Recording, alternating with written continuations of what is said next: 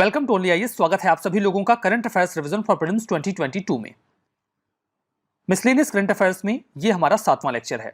आज के इस सेशन में हम मार्च महीने के मिसलेनियस करंट अफेयर्स को रिवाइज करेंगे। आगे बढ़ने से पहले एक छोटी सी इन्फॉर्मेशन आप सभी के लिए है कि हमारे पास इस प्रीलिम्स 2022 के लिए कुछ कोर्सेज हैं जो कि आपके एग्जाम पॉइंट ऑफ व्यू से काफ़ी इंपॉर्टेंट हो सकते हैं। सबसे पहले इसमें एक प्रीलिम्स क्रैश कोर्स की बात हो रही है जिसका नाम तेजस है। इसमें आपको 250 प्लस आवर्स के वीडियो लेक्चर्स, इसमें आपके करंट अफेयर्स और स्टैटिक दोनों इंक्लूडेड हैं। काफ़ी सारे टेस्ट, फुल लेंथ और सेक्शनल, और वीकेंड डाउट सेशंस वगैरह सब कुछ हैं इसमें आपको फ्री सीसैट के क्लासेस और उनके टेस्ट सीरीज भी मिलती है। बट स्टिल अगर आप केवल टेस्ट सीरीज में ज्वाइन करना चाहते हो, आपको वीडियो लेक्चर्स नहीं चाहिए, आपका रिवीजन ऑलरेडी चल रहा है अच्छा, तो आप उसके लिए लास्ट माई लीप ज्वाइन कर सकते हो। इसमें आपके 19 सेक्शनल टेस्ट हैं, 5 करंट अफेयर्स के टेस्ट हैं, 15 फुल लेंथ टेस्ट हैं, 4 सीसैट के टेस्ट हैं। इसको ज्वाइन करने के लिए आप dpp.onlyis.in पे ज्वाइन कर सकते हो। एट द सेम टाइम एक सीसैट के लिए प्रोग्राम है जो कि ऐसे स्टूडेंट्स को केटर करता है जिनका सीसैट वीक है। तो सीसैट एक्सपर्ट प्रोग्राम आपके सभी सीसैट के टॉपिक्स को कवर करता है वीडियो लेक्चर्स के फॉर्म में, और छोटे छोटे हैंडआउट्स भी हर लेक्चर के बाद आपको मिलते हैं प्रैक्टिस के लिए, और लास्ट में कुछ फुल लेंथ टेस्ट हैं इसमें। इसके अलावा अगर आप 2023 के लिए प्रिपेयर कर रहे हैं तो आप हमारे प्रारंभ बैच को ज्वाइन कर सकते हैं। इसमें आपको एक फुल फाउंडेशन बैच के तरीके से सारी रिक्वायरमेंट्स यूपीएससी के पॉइंट ऑफ व्यू से फुलफिल की जाती है। इसमें वीडियो लेक्चर्स भी हैं, स्टडी मटेरियल्स भी हैं, टेस्ट सीरीज भी हैं, मेंटोरशिप भी है, इंटरव्यू गाइडेंस भी है, सब कुछ इसमें आपको मिलेगा। अगर आप इस बैच को ज्वाइन करना चाहते हो तो आप video.onlyis.in पे विजिट करो। याद रखना कि तेजस प्रोग्राम के लिए भी आपको video.onlyis.in पर ही विजिट करना है। अगर आपको कोई भी डाउट आता है इन सभी बैचेस से रिलेटेड तो आप हमें सिंपली इस नंबर पर कॉल कर सकते हो या फिर info@onlyis.com पे हमें मेल ड्रॉप भी कर सकते हो। तो चलिए डिस्कशन स्टार्ट करते हैं। ऑल एसोसिएशन के अनुसार पिछले 2 सालों में यूएसए में ये जो गेम है वो 39.3% बढ़ा है। वैसे तो ये जो गेम है मे भी आप इसके बारे में ना जानते हो, आई डोंट नो आप जानते हैं कि नहीं। पिकल बॉल एक पैडल स्पोर्ट है। पैडल स्पोर्ट मतलब जिसे रैकेट से खेला जाता है, जैसे कि टेनिस और बैडमिंटन। 1965 में इसे जोएल पिचकार्ट, बिल बेल और बार्ने मैकलम ने शुरू किया था। पिकल बॉल में आपको टेनिस, टेबल टेनिस और बैडमिंटन के कंपोनेंट मिक्स मिलेंगे, जैसे तीनों को मिला के इसे बनाया गया हो। ये इंडोर और आउटडोर दोनों में खेला जाता है। बैडमिंटन कोर्ट जितना इसका एक पूरा कोर्ट होता है। जो गेम है ये सिंगल्स और डबल्स दोनों में ही खेला जाता है। प्लास्टिक की एक गेंद होती है जिससे इसे खेलते हैं और इसमें होल होते हैं, छेद होते हैं। इंडिया में इसे सुनील वालावालकर जी के द्वारा शुरू किया गया था। यहां पर देखिए, ये जो एरिया देख रहे हो आप, ये वाला, इस लाइन के इधर वाला, इसे बोलते हैं किचन एरिया। जो गेंद आप हिट करते हो वो एक टप्पे के बाद ही आप हिट कर सकते हो, लेकिन अगर आपका एक भी पैर इस किचन एरिया में है तो आपको गेंद को बिना टप्पा लिए ही हिट करना होगा। अगर आपने इसके भीतर पैर रख के एक टप्पे के बाद गेंद को हिट किया तो वो इनवैलिड हो जाता है। तो ये कुछ रूल्स हैं, मैंने आपको जनरली बता दिया। हमारा next article arm forces preparatory school के बारे में है, जिसे 2021 में दिल्ली गवर्नमेंट ने अपने देशभक्ति बजट के माध्यम से शुरू किया। इसकी पहली बैच में एडमिशंस हो रहे हैं। इसके माध्यम से स्टूडेंट्स को इतना ट्रेन किया जाएगा कि वो नेशनल डिफेंस एकेडमी में एडमिशंस पा सके और इंडिया को सर्व कर सके। ये पहला इस प्रकार का फुल्ली रेसिडेंशियल स्कूल होगा जो क्लास 9 से लेकर 12th के स्टूडेंट्स को एनरोल करेगा। हर क्लास में होंगे 100 बच्चे, जिनमें 60 बॉयज और 40 गर्ल्स होंगी। इसमें 2 विंग्स होंगी, एकेडमिक विंग और service preparatory wing. Academic wing में उन्हें एजुकेशन दी जाएगी और सर्विस प्रिपरेटरी विंग में उन्हें आर्म फोर्सेस के लिए तैयार किया जाएगा। जो सर्विसेज होंगी प्रिपरेटरी विंग की, उसमें यह होगा कि उन्हें उनके पोटेंशियल को नर्चर किया जाए कि उनके अंदर ऑफिशियल लाइक क्वालिटीज आ सके। ठीक है, अगला आर्टिकल जो कि इंटरनेशनल इंटेलेक्चुअल प्रॉपर्टी इंडेक्स के बारे में है। इस इंडेक्स को अभी हाल ही में रिलीज किया गया है। पहला सवाल है कि किसने रिलीज किया। इसे रिलीज किया गया यूएस चैम्बर ऑफ कॉमर्स के द्वारा। ये एक एनुअल रिपोर्ट है जिसे हर साल तैयार किया जाता है। इंडेक्स 55 ग्लोबल इकोनॉमीज के आईपी फ्रेमवर्क को एनालाइज करता है। अभी हाल ही में जो 2 देश इसमें जोड़े गए हैं उनमें एक तो है घाना और दूसरा है होंडुरास। 10th एडिशन रहा इस बार इस रिपोर्ट का और ये 2 नए देश ऐड किए गए हैं। इस इंडेक्स के पैरामीटर्स क्या होते हैं? 50 यूनिक इंडिकेटर्स होते हैं जिन्हें डिवाइड करते हैं 9 कैटेगरीज में ताकि उन्हें अच्छे से एनालाइज किया जा सके। पहला पेटेंट, दूसरा copyright, trademark, design right, trade secrets, commercialisation of IP asset, enforcement, systematic efficiency, membership और रेटिफिकेशन जो इंटरनेशनल ट्रीटीज का है वो। इन 9 पैरामीटर्स पे डिसाइड किया जाता है कि इंटेलेक्चुअल प्रॉपर्टी का जो इकोसिस्टम है वो किसी भी देश में कैसा है। क्या निकल के आया? इंडिया को 55 देशों में 43वें स्थान पे 43rd रैंक पे रखा गया है इस इंडेक्स में। हमारी जो आईपी रैंकिंग है वो पिछले साल की तुलना में थोड़ी सी बढ़ी है, बहुत थोड़ी सी। पहले 38.4 थी और अभी ये है 38.6। यूनाइटेड स्टेट्स ने टॉप किया, यूके, जर्मनी, स्वीडन और फ्रांस उसके बाद इसी क्रम में रहे। हमारा नेक्स्ट आर्टिकल साइक्लोन इमनाती के बारे में है। हाल ही में इसने साउथ ईस्टर्न जो डिस्ट्रिक्ट रहे मेडागास्कर के उनको हिट किया और वहां पर लैंडफॉल्स देखने को मिले। मैं आपको बता दूं कि इमनाती जो मेडागास्कर है ये है अफ्रीका, यहां पे है मेडागास्कर, ये है इंडिया, ठीक है।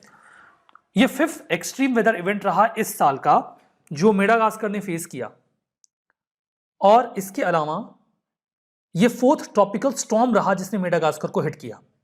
एक तो इमनाती ही हो गया, दूसरा था एना, इसके पहले बत्सरई और डुमाको। ये कुछ और ट्रॉपिकल साइक्लोन्स रहे जिन्होंने हिट किया है मेडागास्कर को, तो मेडागास्कर को इसका काफी नुकसान हुआ है। ट्रॉपिकल साइक्लोन जो होते हैं वो वायलेंट स्टॉर्म्स होते हैं जो ओशन सरफेस पे ओरिजिनेट होते हैं। जो ओशन की हीट होती है इससे ही अपना पावर अवेल करते हैं। काफी लार्ज स्केल डिस्ट्रक्शन ये करते हैं बिकॉज ये कोस्टल एरिया की ओर आगे बढ़ते हैं। यद्यपि कोस्टल एरिया पे जाने के बाद इनकी स्पीड कम हो जाती है बिकॉज इनका हीट सोर्स कट हो जाता है, स्टिल ये वहां पर बहुत हैवी रेनफॉल और स्टॉर्म सर्जेस क्रिएट करते हैं। ये नदर्न हेमिस्फीयर में काउंटर क्लॉकवाइज और सदर्न हेमिस्फीयर में क्लॉकवाइज रोटेट करते हैं। ट्रॉपिकल साइक्लोन्स को अलग अलग जगहों पे अलग अलग नामों से पुकारा जाता है, जैसे कि इंडियन ओशन में हम पुकारते हैं साइक्लोन, अटलांटिक ओशन में इन्हें ही हरिकेन कहा जाता है, वेस्टर्न पैसिफिक और सदर्न चाइना सी में इसे कहा जाता है टाइफून, और वेस्टर्न ऑस्ट्रेलिया में इसे नाम दिया जाता है विली विलीज। हमारा नेक्स्ट आर्टिकल फीफा के बारे में है। एज ऑफ फरवरी 28, 2022 फीफा और यूईएफए यानी कि union of European football association दोनों ने ही रशियन टीम्स को इंडेफिनिट टाइम के लिए सस्पेंड कर दिया है। वो ना तो नेशनल लेवल पे और ना ही अपनी क्लब टीम्स को फीफा या यूईएफए के जो कॉम्पिटिशंस हैं उनमें पार्टिसिपेट करवा पाएंगे। FIFA Federation Internationale de Football Association, ये एक फ्रेंच नेम है। ये हाईएस्ट ग्लोबल गवर्निंग बॉडी है फुटबॉल के लिए, जिसे सोशल के नाम से भी पुकारा जाता है ताकि इसे अमेरिकन फुटबॉल से अलग किया जा सके। ये इंटरनेशनल गवर्निंग बॉडी फुटसल के लिए भी है, जो कि एक प्रकार का मिनी फुटबॉल होता है, छोटे से कोर्ट रूम में खेला जाता है। इस प्रकार का कोर्ट रूम होता है इसका, मतलब इंडोर टाइप का गेम होता है। इसके लिए आपको ओपन जो ग्राउंड होता है उसकी रिक्वायरमेंट नहीं होती, उसे भी गवर्न करता है फीफा ही। इसके अलावा देखिए कुछ और बातें हैं, मैं आपको बता देता हूं। फीफा रिस्पॉन्सिबल है कि फुटबॉल के मेजर इंटरनेशनल टूर्नामेंट को ऑर्गेनाइज करवाते हैं, इंक्लूडिंग फुटबॉल वर्ल्ड कप जो 1930 में शुरू हुआ था, और वुमेन्स वर्ल्ड कप जो 1991 में स्टार्ट किया गया। 211 नेशनल फुटबॉल एसोसिएशंस दुनिया भर में इसके मेंबर्स हैं। ज्यूरिख स्विट्जरलैंड में फीफा हेडक्वार्टर्ड है और ये सभी नेशनल एसोसिएशंस को फाइनेंशियली और लॉजिस्टिकली सपोर्ट करता है। फीफा के पास होती है एक फीफा कांग्रेस जिसमें होते हैं 211 मेंबर्स। हर मेंबर के पास एक वोट होता है और ये कांग्रेस साल में एक बार मिलती है। हमारा नेक्स्ट आर्टिकल कोलोकेशन के बारे में है। कुछ समय पहले आपने न्यूज में सुना होगा एनएसई को लोकेशन स्कैम के बारे में।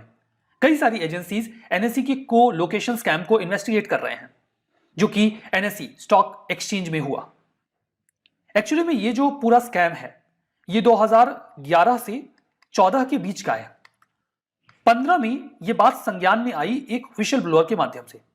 यद्यपि ये इतना माइन्यूट स्कैम था कि इसको इवेलुएट करने में काफी मुश्किल हो रही थी, तो 2016 में सेबी ने एक कंसल्टेंसी फर्म को हायर किया इस पूरे कोलोकेशन स्कैम को रिवील करने के लिए या एनालाइज करने के लिए स्कैम कितना बड़ा हो सकता है। इसे कैरियर होटल या कोलोकेशन स्कैम के नाम से भी पुकारा जाता है। इसमें बेसिकली होता यह है कि वो सर्वर्स जो स्टॉक्स की खरीद और बिक्री करते हैं, अगर कोई व्यक्ति अपनी रिमोट लोकेशन से इस सर्वर को एक्सेस करके शेयर्स को खरीदता या बेचता है तो उसमें थोड़ा समय लगता है और शेयर के रियल टाइम प्राइस को जानने में थोड़ा सा फ्रैक्शन ऑफ सेकंड का टाइम आता है, मतलब थोड़ी सी लेटेंसी आती है, देरी आती है।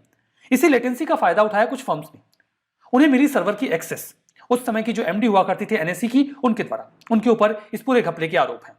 उन्होंने उन सर्वर की एक्सेस दी कुछ चुनिंदा कंपनीज को। वो सर्वर के काफी नजदीक होते थे और सर्वर की इतनी आसानी से एक्सेस मिल जाने की वजह से उन्हें इंफॉर्मेशन बाकी लोगों से पहले मिल जाती थी और उन्हें लेटेंसी फेस नहीं करनी पड़ती थी। सपोज करिए कि किस शेयर के क्या प्राइस है, उन्हें 2 सेकंड पहले ही पता चल गए और वो उसे पहले ही खरीद या बेच लेते थे, और बाकी जो लोग हैं जो रिमोट एरिया से उसे पूरे सर्वर को एक्सेस कर रहे हैं, उन्हें वो जानकारी 2 सेकंड बाद मिल रही है। तो वो इस चीज का फायदा नहीं उठा पाते थे और उन्हें लॉस हो जाता था। जब तक उन तक शेयर्स के रेट पहुंचते थे तब तक वो शेयर खरीदे जा चुके होते थे, उनके हाथ में कुछ नहीं होता था और फिर वो शेयर दूसरे फॉर्म में बिक रहे होते थे। इस वजह से एक बहुत बड़ा स्कैम देखने को मिला। चूंकि फ्रैक्शन ऑफ सेकंड का मामला इन्वॉल्व था इस कोलोकेशन में, बेसिकली कोलोकेशन नाम दिया गया है कि ये मान लीजिए लोकेशन है सर्वर की, ठीक है, और यहीं पर किसी कंपनी को बिठाकर एक्सेस दे दी जाए कि आप इस सर्वर के काफी नजदीक रहिए और इसे एक्सेस करके इंफॉर्मेशन को पहले ही एक्सेस कर लीजिए। मतलब आप लोकेशन के साथ खुद को कोरिलेट कर ले रहे हैं। तो कोलोकेशन स्कैम, इसीलिए इसे नाम दिया गया है। ये एक ऐसा इंफ्रा पावर सप्लाई या बैंडविड्थ प्रोवाइड करवा देता है कुछ ऐसी कंपनीज को जो लेटेंसी फेस नहीं करते और स्टॉक मार्केट की जानकारी कुछ फ्रैक्शन ऑफ सेकंड पहले ही अचीव कर लेते हैं और इसका फायदा उठाते हैं वो शेयर्स की खरीद और बिक्री में। ये एक बहुत बड़ा स्कैम था जो अभी हाल फिलहाल में न्यूज में आया है। फिगर्स अभी भी क्लियर नहीं है। ब्रोकर्स इसका एडवांटेज उठा सकते हैं सर्वर की प्रॉक्सिमिटी की वजह से, और वो बहुत तेजी से बिक्री या खरीद कर सकते हैं। तो अभी इसके बारे में कई सारी एजेंसीज हैं जो और इवेलुएट कर रहे हैं कि ये स्कैम कितना बड़ा हो सकता है। आर्टिकल है वो कवच के बारे में है, जरूर से इस आर्टिकल को समझ लीजिए। हाल ही में इंडियन रेलवे ने टेस्ट किया है कवच ऑटोमेटिक ट्रेन प्रोटेक्शन सिस्टम। इसे टेस्ट करते हुए 2 ट्रेन्स को आमने सामने लाया गया, वो भी फुल स्पीड में। अगर ऐसा किया जाता है और दोनों ट्रेन्स के पास कवच ऑटोमेटिक ट्रेन प्रोटेक्शन सिस्टम है तो ये ट्रेन्स आपस में टकराएंगी नहीं, बल्कि ये खुद ही ब्रेक लगा देंगे और ट्रेन की स्पीड को कंट्रोल कर लेंगे। अक्सर ट्रेन एक्सीडेंट्स देखे जाते हैं और भी कई तरीके की दुर्घटनाएं देखी जाती हैं जिसमें ह्यूमन नेग्लिजेंस शामिल होता है। उस चीज को ये कवच अवॉइड कर देगा। कैसे करेगा अभी आप समझ जाएंगे। इसे डेवलप किया गया है research design and standards organisation RDSO के द्वारा। RDSO जैसा कि नाम से स्पष्ट है, ये रिसर्च को देखती है, मिनिस्ट्री ऑफ रेलवेज के भीतर आती है, जहां पे इंडियन इंडस्ट्री का कोलैबोरेशन भी रहा है। कवच एक indigenously developed automatic train protection system है, ATP सिस्टम है, जो इंडियन रेलवेज के लिए अभी हाल ही में तैयार किया गया है। इसे इसलिए डिजाइन किया गया है ताकि ट्रेन ऑटोमेटिकली जो एक्सीडेंट की सिचुएशन है उसे अवॉइड कर सके। अगर उन्हें सामने से कुछ दूरी पर एक दूसरी ट्रेन आती हुई दिख जाएगी सेम लाइन पर, तो ट्रेन खुद ही ब्रेक लगा देगा। वो इंतजार नहीं करेगा कि लोको पायलट ट्रेन में ब्रेक लगाए। इसके अलावा कुछ और भी फीचर्स इसमें इन्वॉल्व हैं। जैसे कई बार होता है कि रेड सिग्नल है और जो ड्राइवर है उसने ये जो रेड सिग्नल है इसे मिस कर दिया और वो उसे क्रॉस कर गया, तो एक्सीडेंट की संभावना बनती है। जो कवच है वो सिग्नल देने लग जाएगा लोको पायलट को कि आपने रेड सिग्नल क्रॉस किया है और खुद ही ब्रेक लगा देगा। सपोज करिए कि एक येलो सिग्नल आ गया जिसके बाद ट्रेन की स्पीड को धीमा होना है, लेकिन ड्राइवर ने स्पीड को धीमा नहीं किया, तो ट्रेन खुद ही ब्रेक लगाकर स्पीड को धीमा करना शुरू कर देगा। अगर ड्राइवर कंट्रोल कर नहीं पाता है ट्रेन को, तो वो ऑटोमेटिकली ब्रेक लगा देगा, स्पीड रिस्ट्रिक्शन अपने आप अप्लाई हो जाएगा। जो मूवमेंट है ट्रेन का उसकी जानकारी मिलती रहेगी ड्राइवर मशीन इंटरफेस पर और जो लोको पायलट ऑपरेशन कम इंडिकेशन पैनल है वहां पर। अगर लेवल क्रॉसिंग गेट्स आते हैं, क्रॉसिंग गेट्स अगर आ जाते हैं, तो ये ट्रेन अपने आप ही जो हॉर्न है वो बजाने लग जाएगी, चाहे ड्राइवर हॉर्न बजाए या फिर ना बजाए। बाकी वो बात तो ठीक ही है कि अगर 2 ट्रेन आपस में कवच का सिस्टम ऑप्ट किए हुए हैं तो कोलिजन नहीं होगा। अगर कोई इमरजेंसी सिचुएशन आती है तो ये ऑटोमेटिकली मैसेजेस सेंड कर देगा, जहां पर जो इमरजेंसी नीड है उसे दिखा दिया जाएगा। एक सेंट्रलाइज लाइव मॉनिटरिंग होगी ट्रेन के मूवमेंट की इस पूरे नेटवर्क के माध्यम से। तो एक नए प्रकार का पूरा सिस्टम है जो डेवलप किया गया है। काफी सारे फायदे हो सकते हैं इसके, जैसे कि एक तो ये काफी सस्ता है और सेफली इंटीग्रेट किया जा सकता है। लेवल 4 पे SIL 4 सर्टिफाइड टेक्नोलॉजी है, मतलब कि सेफ्टी का लेवल काफी बढ़िया है। कितना बढ़िया है इसका अंदाजा आप इस आधार पे लगा सकते हैं कि एरर की संभावना 10,000 सालों में एक बार होती है, मतलब न के बराबर एरर की संभावना होती है। ये इस टेक्नोलॉजी के एक्सपोर्ट के एवेन्यूज भी तैयार कर देता है। फर्दर ये जो हमारा गोल है रेलवेज में 0 एक्सीडेंट का, उसे भी अचीव करने में मददगार साबित होगा। अब बात करते हैं research design and standards organisation RDSO के बारे में। ये एकमात्र रिसर्च एंड डेवलपमेंट विंग है मिनिस्ट्री ऑफ रेलवेज की। इसे 2 एंटिटीज को इंटीग्रेट करके बनाया गया था, जिनमें पहली है सेंट्रल स्टैंडर्ड्स ऑफिस और दूसरा है railway testing and research centre. इन दोनों को एक साथ मर्ज करके सिंगल यूनिट के रूप में 1957 में तैयार किया गया research design and standard organisation. ये एक लीडिंग स्टैंडर्ड फॉर्मुलेटिंग बॉडी है रेलवे सेक्टर में, सिचुएटेड है उत्तर प्रदेश के लखनऊ में। हमारा next article Zaporizhzhia nuclear power station के बारे में है। Zaporizhzhia nuclear power station Europe का सबसे बड़ा न्यूक्लियर पावर प्लांट है। रशिया की शेलिंग की वजह से वहां पर आग लग गई और ऐसा लगा कि कहीं कोई न्यूक्लियर डिजास्टर ना हो जाए, जैसा कि चेर्नोबिल में हुआ था 1986 में। अगर ऐसा हुआ तो सेंट्रल यूरोप इससे प्रभावित होगा और रेडिएशन बहुत तेजी से फैल जाएगा। जब युद्ध होता है तो ऐसे खतरे बढ़ ही जाते हैं, जहां पर जो वॉरिंग कंट्रीज होती हैं वो एक दूसरे के न्यूक्लियर इंस्टॉलेशंस को हिट करते हैं। खैर, यूक्रेन तो अभी डिफेंस के मोड में है, तो यूक्रेन तो रशिया की इस प्रकार के एस्टेब्लिशमेंट को अटैक नहीं कर पा रहा है, लेकिन रशिया निश्चित तौर पर यूक्रेन के न्यूक्लियर इंस्टॉलेशंस को टारगेट कर रहा है। इस डायरेक्शन में जो न्यूक्लियर एक्सीडेंट है उसका खतरा बना रहता है। ये यूक्रेन में लोकेटेड है नाइपर रिवर के किनारे।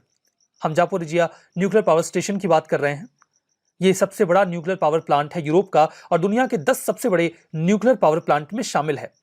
मैप में लोकेशन देखना चाहते हैं तो ये है मैप यूक्रेन का। ये रेड पैचेस बताते हैं कि युद्ध के दौरान ये ऐसे हिस्से हैं जहां पर रशिया कंट्रोल कर चुका है, और यहां पर ये जो डॉटेड आपको ये क्रॉस्ड लाइंस मिल रही हैं, ये वो एरियाज हैं जहां पर रशिया काफी तेजी से एडवांस कर रहा है। ठीक है, तो ये जो रीजन आपको दिख रहा है ये है जापोरिजिया का। ठीक है, यहां पर देखिए ये जो एरिया में मार्क कर रहा हूं और यहीं पर ये शेलिंग की गई है। आप देख रहे हैं काफी क्लोज है ये उस एरिया के जिसे रशिया अपने कंट्रोल में ले चुका है। हमारा नेक्स्ट आर्टिकल डेमोक्रेसी रिपोर्ट 2022 के बारे में है। स्वीडन बेस्ड जो इंस्टीट्यूट है उन्होंने कहा कि इंडिया अब एक इलेक्टोरल डेमोक्रेसी नहीं रह गया और इंडिया को इन्होंने इलेक्टोरल ऑटोक्रेसी की कैटेगरी में डाल दिया है। Democracy, demos plus क्रेशिया, rule of people, लोगों का शासन। इलेक्टोरल ऑटोक्रेसी का क्या मतलब है? ऑटोक्रेसी का मतलब ये होता है जहां पर एक व्यक्ति की जो अथॉरिटी होती है बहुत ज्यादा पावरफुल होती है और वो अपने हिसाब से रूल्स एंड रेगुलेशंस बनाते हैं। इलेक्टोरल ऑटोक्रेसी में क्या होता है कि किसी व्यक्ति को इलेक्ट किया गया है लेकिन वो सारी पावर्स को अपने अंदर सेंट्रलाइज कर लेता है और अपने हिसाब से मनमानी तरीके से डिसीजन लेता है। तो इस प्रकार की जो गवर्नमेंट सिस्टम है उसे इलेक्टोरल ऑटोक्रेसी कहा जाता है। तो इन्होंने अभी इंडिया को इलेक्टोरल ऑटोक्रेसी की कैटेगरी में डाल दिया है। इसे रिलीज किया गया है, इस रिपोर्ट की हम बात कर रहे हैं, नाम दिया गया है democracy report 2022 varieties of democracy. V-Dem institute है, स्वीडन यूनिवर्सिटी जो है वहीं पर ही लोकेटेड है, उसी ने इसे जारी किया है। पर्पज ये होता है कि डेमोक्रेसी के कई सारे एट्रीब्यूट्स को, फॉर्म्स को स्टडी करते हैं, उसके बेसिस पे रिपोर्ट तैयार करते हैं। ये नए नए तरीके निकालते हैं कि जो डेमोक्रेसी है वो कैसे बदल रही है, उसका नेचर, कॉज या कंसिक्वेंसेस क्या है। यहां पर इवेलुएट करने की कोशिश की जा रही है कि कितने देश डेमोक्रेसी की ओर आगे बढ़ रहे हैं और कितने लोग डेमोक्रेसी को छोड़ रहे हैं। जो LDI यानी कि लिबरल डेमोक्रेसी इंडेक्स है, ये डेमोक्रेसी के दोनों ही एस्पेक्ट को कवर करता है। 71 इंडिकेटर्स होते हैं जो लिबरल कंपोनेंट इंडेक्स और इलेक्टोरल डेमोक्रेसी इंडेक्स दोनों में डिवाइडेड होते हैं। तो जो लिबरल एस्पेक्ट है डेमोक्रेसी का, उसमें basically separation of power, independent judiciary और मल्टी पार्टी सिस्टम का होना बहुत जरूरी होता है। तब आप कह पाते हैं कि डेमोक्रेसी जो है वो एक लिबरल फॉर्म में है। इलेक्टोरल एस्पेक्ट में हम देखते हैं कि जो इलेक्टोरल प्रोसेस है वो कितना फ्री एंड फेयर है। तो यहाँ पर इन दोनों बेसिस को आधार बनाकर जो LDI है, लिबरल डेमोक्रेसी इंडेक्स है, उसे तैयार किया जाता है और इसी को आधार बनाकर ये डेमोक्रेसी रिपोर्ट तैयार की जाती है। कैटेगराइजेशन में देखिए जो LDI का स्कोर होता है इसे बेसिकली 4 रिजीम में क्लासिफाई कर देते हैं: liberal democracy, electoral democracy, electoral autocracy और closed autocracy.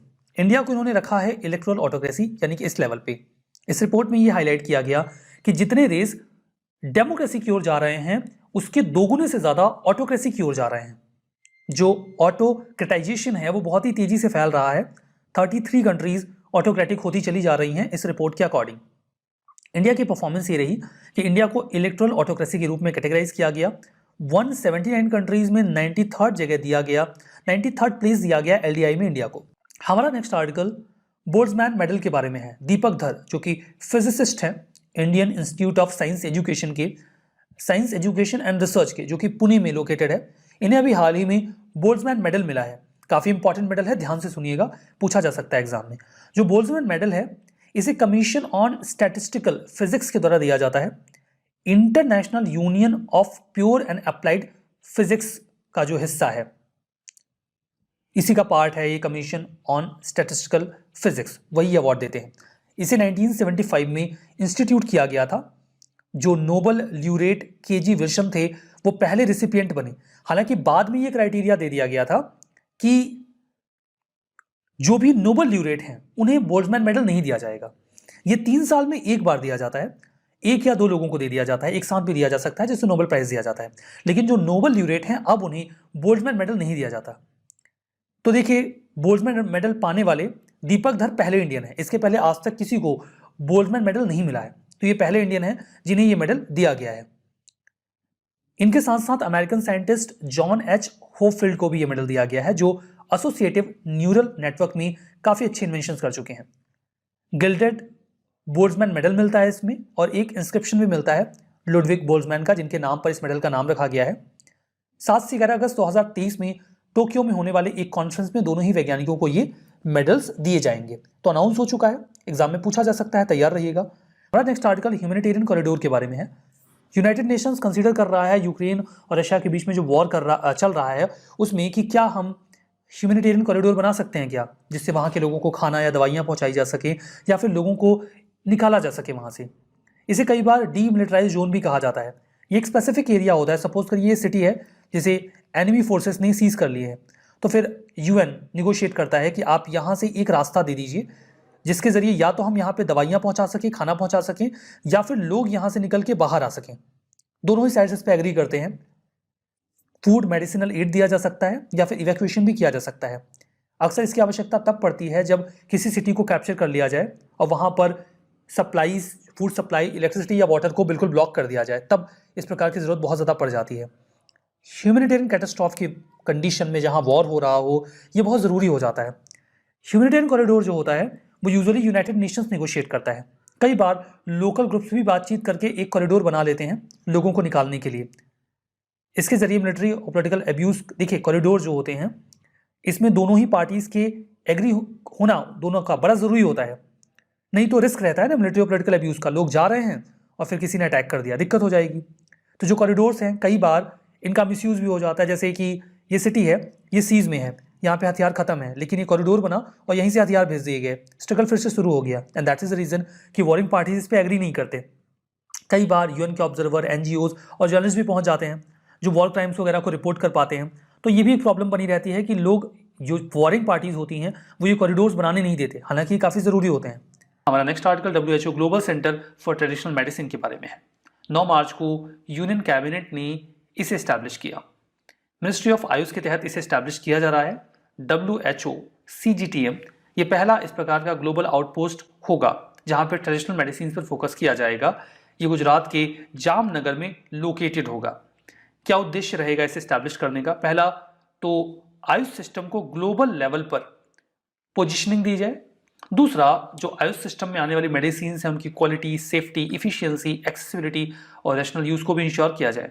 Further norm, standards और गाइडलाइंस, टूल्स तैयार किए जाएं कि कैसे डेटा को कलेक्ट किया जाए और आयुष के फील्ड में जो भी एनालिसिस वगैरह रिक्वायर्ड है वो किया जाए। चौथा, कि स्पेसिफिक कैपेसिटी बिल्डिंग की जाए, ट्रेनिंग प्रोग्राम चलाए जाएं आयुष की इस पूरे फील्ड में। है वो एज ऑफ सेक्सुअल कंसेंट के बारे में है। फिलीपींस ने अपने यहाँ एज ऑफ सेक्सुअल कंसेंट को बढ़ा दिया है। पहले वहाँ पे महज 12 साल का कोई भी व्यक्ति सेक्सुअल एक्टिविटी में इन्वॉल्व हो सकता था क्योंकि वो इस संबंध में कंसेंट देने का अधिकारी होता था, लेकिन अब ये उम्र बढ़ा के 16 साल कर दी गई है। भारत में क्या स्थिति है? भारत में जो पॉक्सो एक्ट है, यानी कि protection of children from sexual offences act of 2012, उसमें एक बच्चे की परिभाषा बताई गई है 18 वर्ष से कम उम्र का कोई भी बच्चा।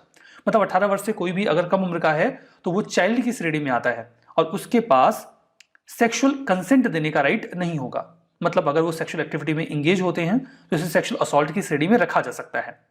फिलीपींस में ये जो उम्र थी ये काफी कम थी, महज 12 साल की ही थी, जिसके बाद अभी उन्होंने तो इसे बढ़ा के 16 कर दिया। तो दुनिया में सबसे कम उम्र में सेक्सुअल कंसेंट देने की जो अथॉरिटी मिलती है बच्चों को या फिर किसी भी व्यक्ति को, वो अंगोला में है, जहां पे महज 12 साल का कोई भी व्यक्ति सेक्सुअल कंसेंट दे सकता है। अन्य देशों में क्या स्थिति है इस मामले में? जापान में age of consent for sex जो है वो 13 साल की है। चाइना, जर्मनी, इटली, ब्राजील में ये 14 साल की है। यूनाइटेड स्टेट्स में ये वेरी करती है स्टेट टू स्टेट, जहां पे ये 16 से 18 वर्ष के बीच की है। यूनाइटेड किंगडम में 16 वर्ष का कोई भी व्यक्ति सेक्सुअल कंसेंट दे सकता है। तो अभी हाल ही में किस देश ने सेक्सुअल कंसेंट की एज को बढ़ा दिया? जवाब होगा फिलीपींस। जानते रहिए। जो कि टेम्पररी प्रोटेक्शन डायरेक्टिव्स के बारे में है। यूक्रेन और रशिया वॉर में है। कई तरीके की समस्याएं वॉर लेकर आता है और उसमें एक बड़ी समस्या होती है रिफ्यूजी क्राइसिस, क्योंकि जिस भी देश में वॉर हो रहा होता है लोग वहां से बच निकलने की कोशिश करते हैं और आसपास के देशों में असाइलम लेते हैं। कई बार ये संख्या इतनी ज्यादा बड़ी हो जाती है कि आसपास के देशों के लिए उसे मैनेज कर पाना बड़ा ही मुश्किल हो जाता है। बिल्कुल यही स्थिति इस समय यूरोप में बनी हुई है, जहां पर यूक्रेन के कई सारे लोग इन देशों में जाके शरण ले रहे हैं। चूंकि यूक्रेन कहीं ना कहीं इस क्राइसिस में एक जो वेस्टर्न बैकअप था उसी की वजह से फंसा, तो इस बात पर भी जिम्मेदारी बनती है कि यूरोपियन कंट्रीज वहां से आने वाले लोगों के असाइलम को इंश्योर करें। इस क्राइसिस को ओवरकम करने के लिए ईयू के जो मेंबर स्टेट्स हैं उन्होंने एक बहुत ही महत्वपूर्ण डिसीजन लिया है और यूरोपियन यूनियन की काउंसिल का एक बहुत ही इंपॉर्टेंट डायरेक्टिव अभी एप्लीकेबल कर दिया गया है, जिसे कहा जाता है टेम्परेरी प्रोटेक्शन डायरेक्टिव, शॉर्ट में बोले तो टीपीडी। यूरोपियन कमीशन डिस्क्राइब करता है टीपीडी को कैसे। क्या है टीपीडी? ये एक एक्सेप्शनल मेजर है जिसे कभी कदा इस्तेमाल किया जाएगा जब हमें टेम्परेरी प्रोटेक्शन देना हो इमीडिएट बेसिस पे डिस्प्लेस्ड लोगों को। कैसे डिस्प्लेस्ड लोगों को? जो नॉन ईयू कंट्रीज से ईयू रीजन में आ रहे हैं क्योंकि उनके देश में लड़ाई है और वो अपनी कंट्री ऑफ ओरिजिन में नहीं जा सकते क्योंकि वहां पर जाने पर उनकी जान को खतरा है। यह डायरेक्टिव तभी अप्लाई होगा जब स्टैंडर्ड असाइलम सिस्टम स्ट्रगल कर रहा हो और रिफ्यूजीज को मैनेज ना कर पा रहा हो। जो नॉर्मल कोड ऑफ कंडक्ट है किसी भी देश के द्वारा रिफ्यूजीज को एक्सेप्ट करने का, जब वो वर्क ना कर पा रहा हो तब टेम्परेरी प्रोटेक्शन डायरेक्टिव्स एक्टिव हो जाएंगे। और जो क्लेम्स हैं, जो लोग कहते हैं कि हाँ मुझे जगह दे दीजिए, मेरे देश में खतरा है, मैं वहां नहीं रह सकता, वो क्लेम्स एड्रेस नहीं हो पा रहे हैं, हैंडल नहीं हो पा रहे हैं, तब टेम्परेरी प्रोटेक्शन डायरेक्टिव एप्लीकेबल हो जाएगा। इसकी जरूरत क्यों है? जरूरत इसलिए है बिकॉज इन स्टैंडर्ड्स के एप्लीकेबल हो जाने के बाद जो डिस्पैरिटी है यूरोपियन यूनियन की पॉलिसी में वो खत्म हो जाती है, बिकॉज सभी देशों को इस प्रोटेक्शन डायरेक्टिव को फॉलो करना पड़ता है और मास इन्फ्लक्स को मैनेज करना होता है। सेकेंडली, ये बर्डन शेयरिंग प्रिंसिपल पे वर्क करता है। कहीं ऐसा ना हो कि किसी एक ही देश में सारे रिफ्यूजीज जा रहे हैं और वहां उन्हें दिक्कत होने लगे, बल्कि डिस्प्लेस्ड पर्संस को बहुत ही अच्छे तरीके से मैनेज किया जाए सभी देशों के द्वारा मिलकर, ताकि कोई एक देश बर्डन फेस ना करे। टीपीडी प्लेस होने के बाद ईयू स्टेट्स के ऊपर क्या ऑब्लिगेशंस आ जाते हैं, सभी जो यूरोपियन यूनियन कंट्रीज हैं उनके ऊपर क्या जिम्मेदारियां आ जाती हैं।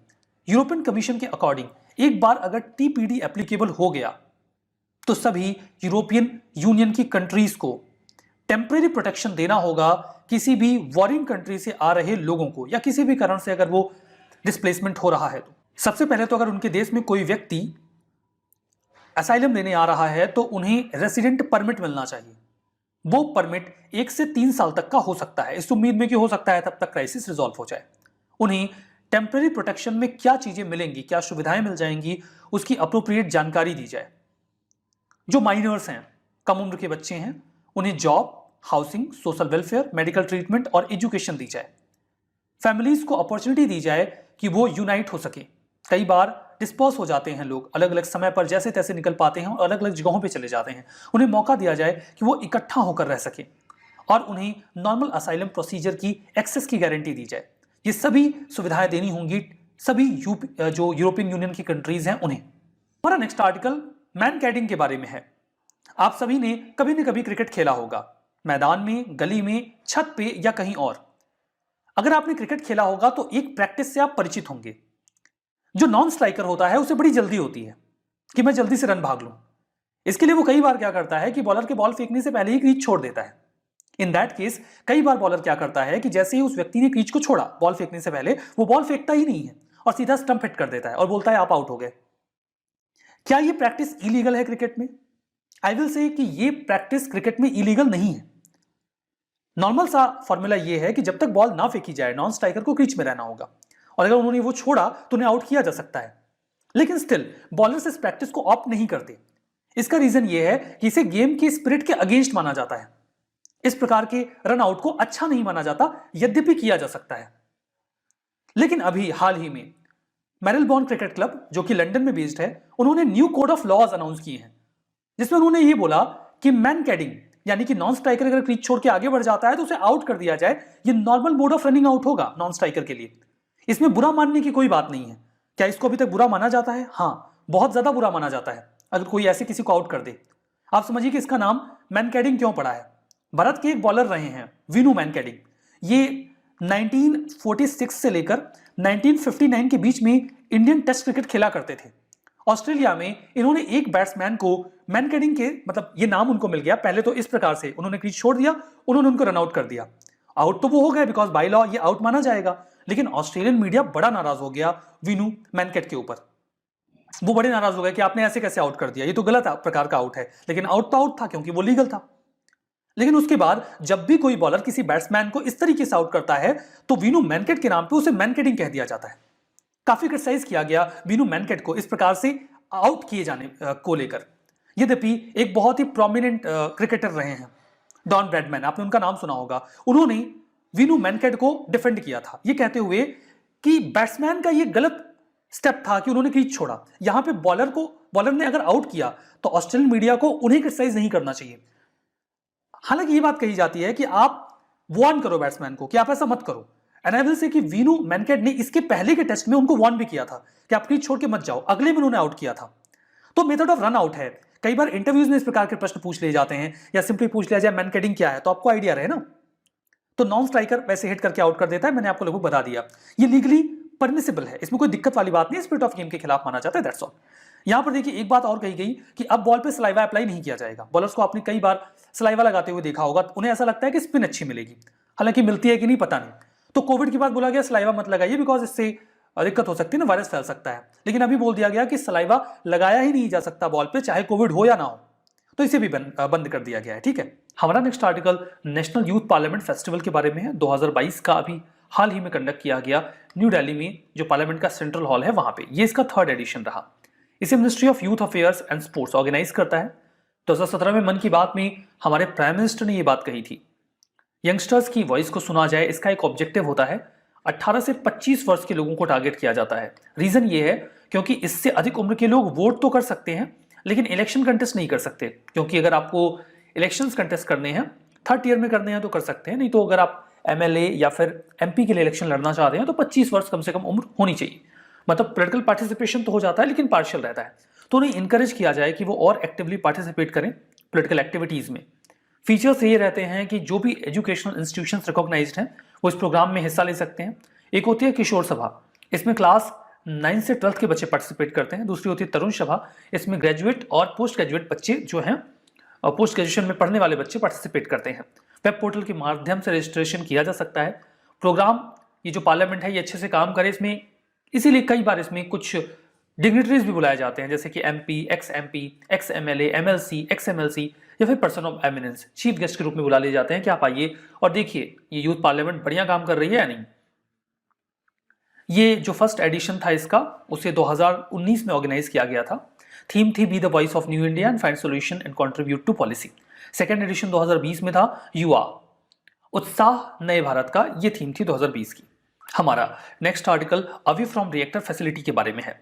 हाल ही में कुडनकुलम विलेज पंचायत ने एक रेजोल्यूशन पास किया जहां पर वो विरोध कर रहे हैं कुडनकुलम न्यूक्लियर पावर प्रोजेक्ट के लिए जो AFR यानी कि अवे फ्रॉम रिएक्टर बनाया जा रहा है उसको लेकर, जहां पर न्यूक्लियर वेस्ट को स्टोर किया जाता है।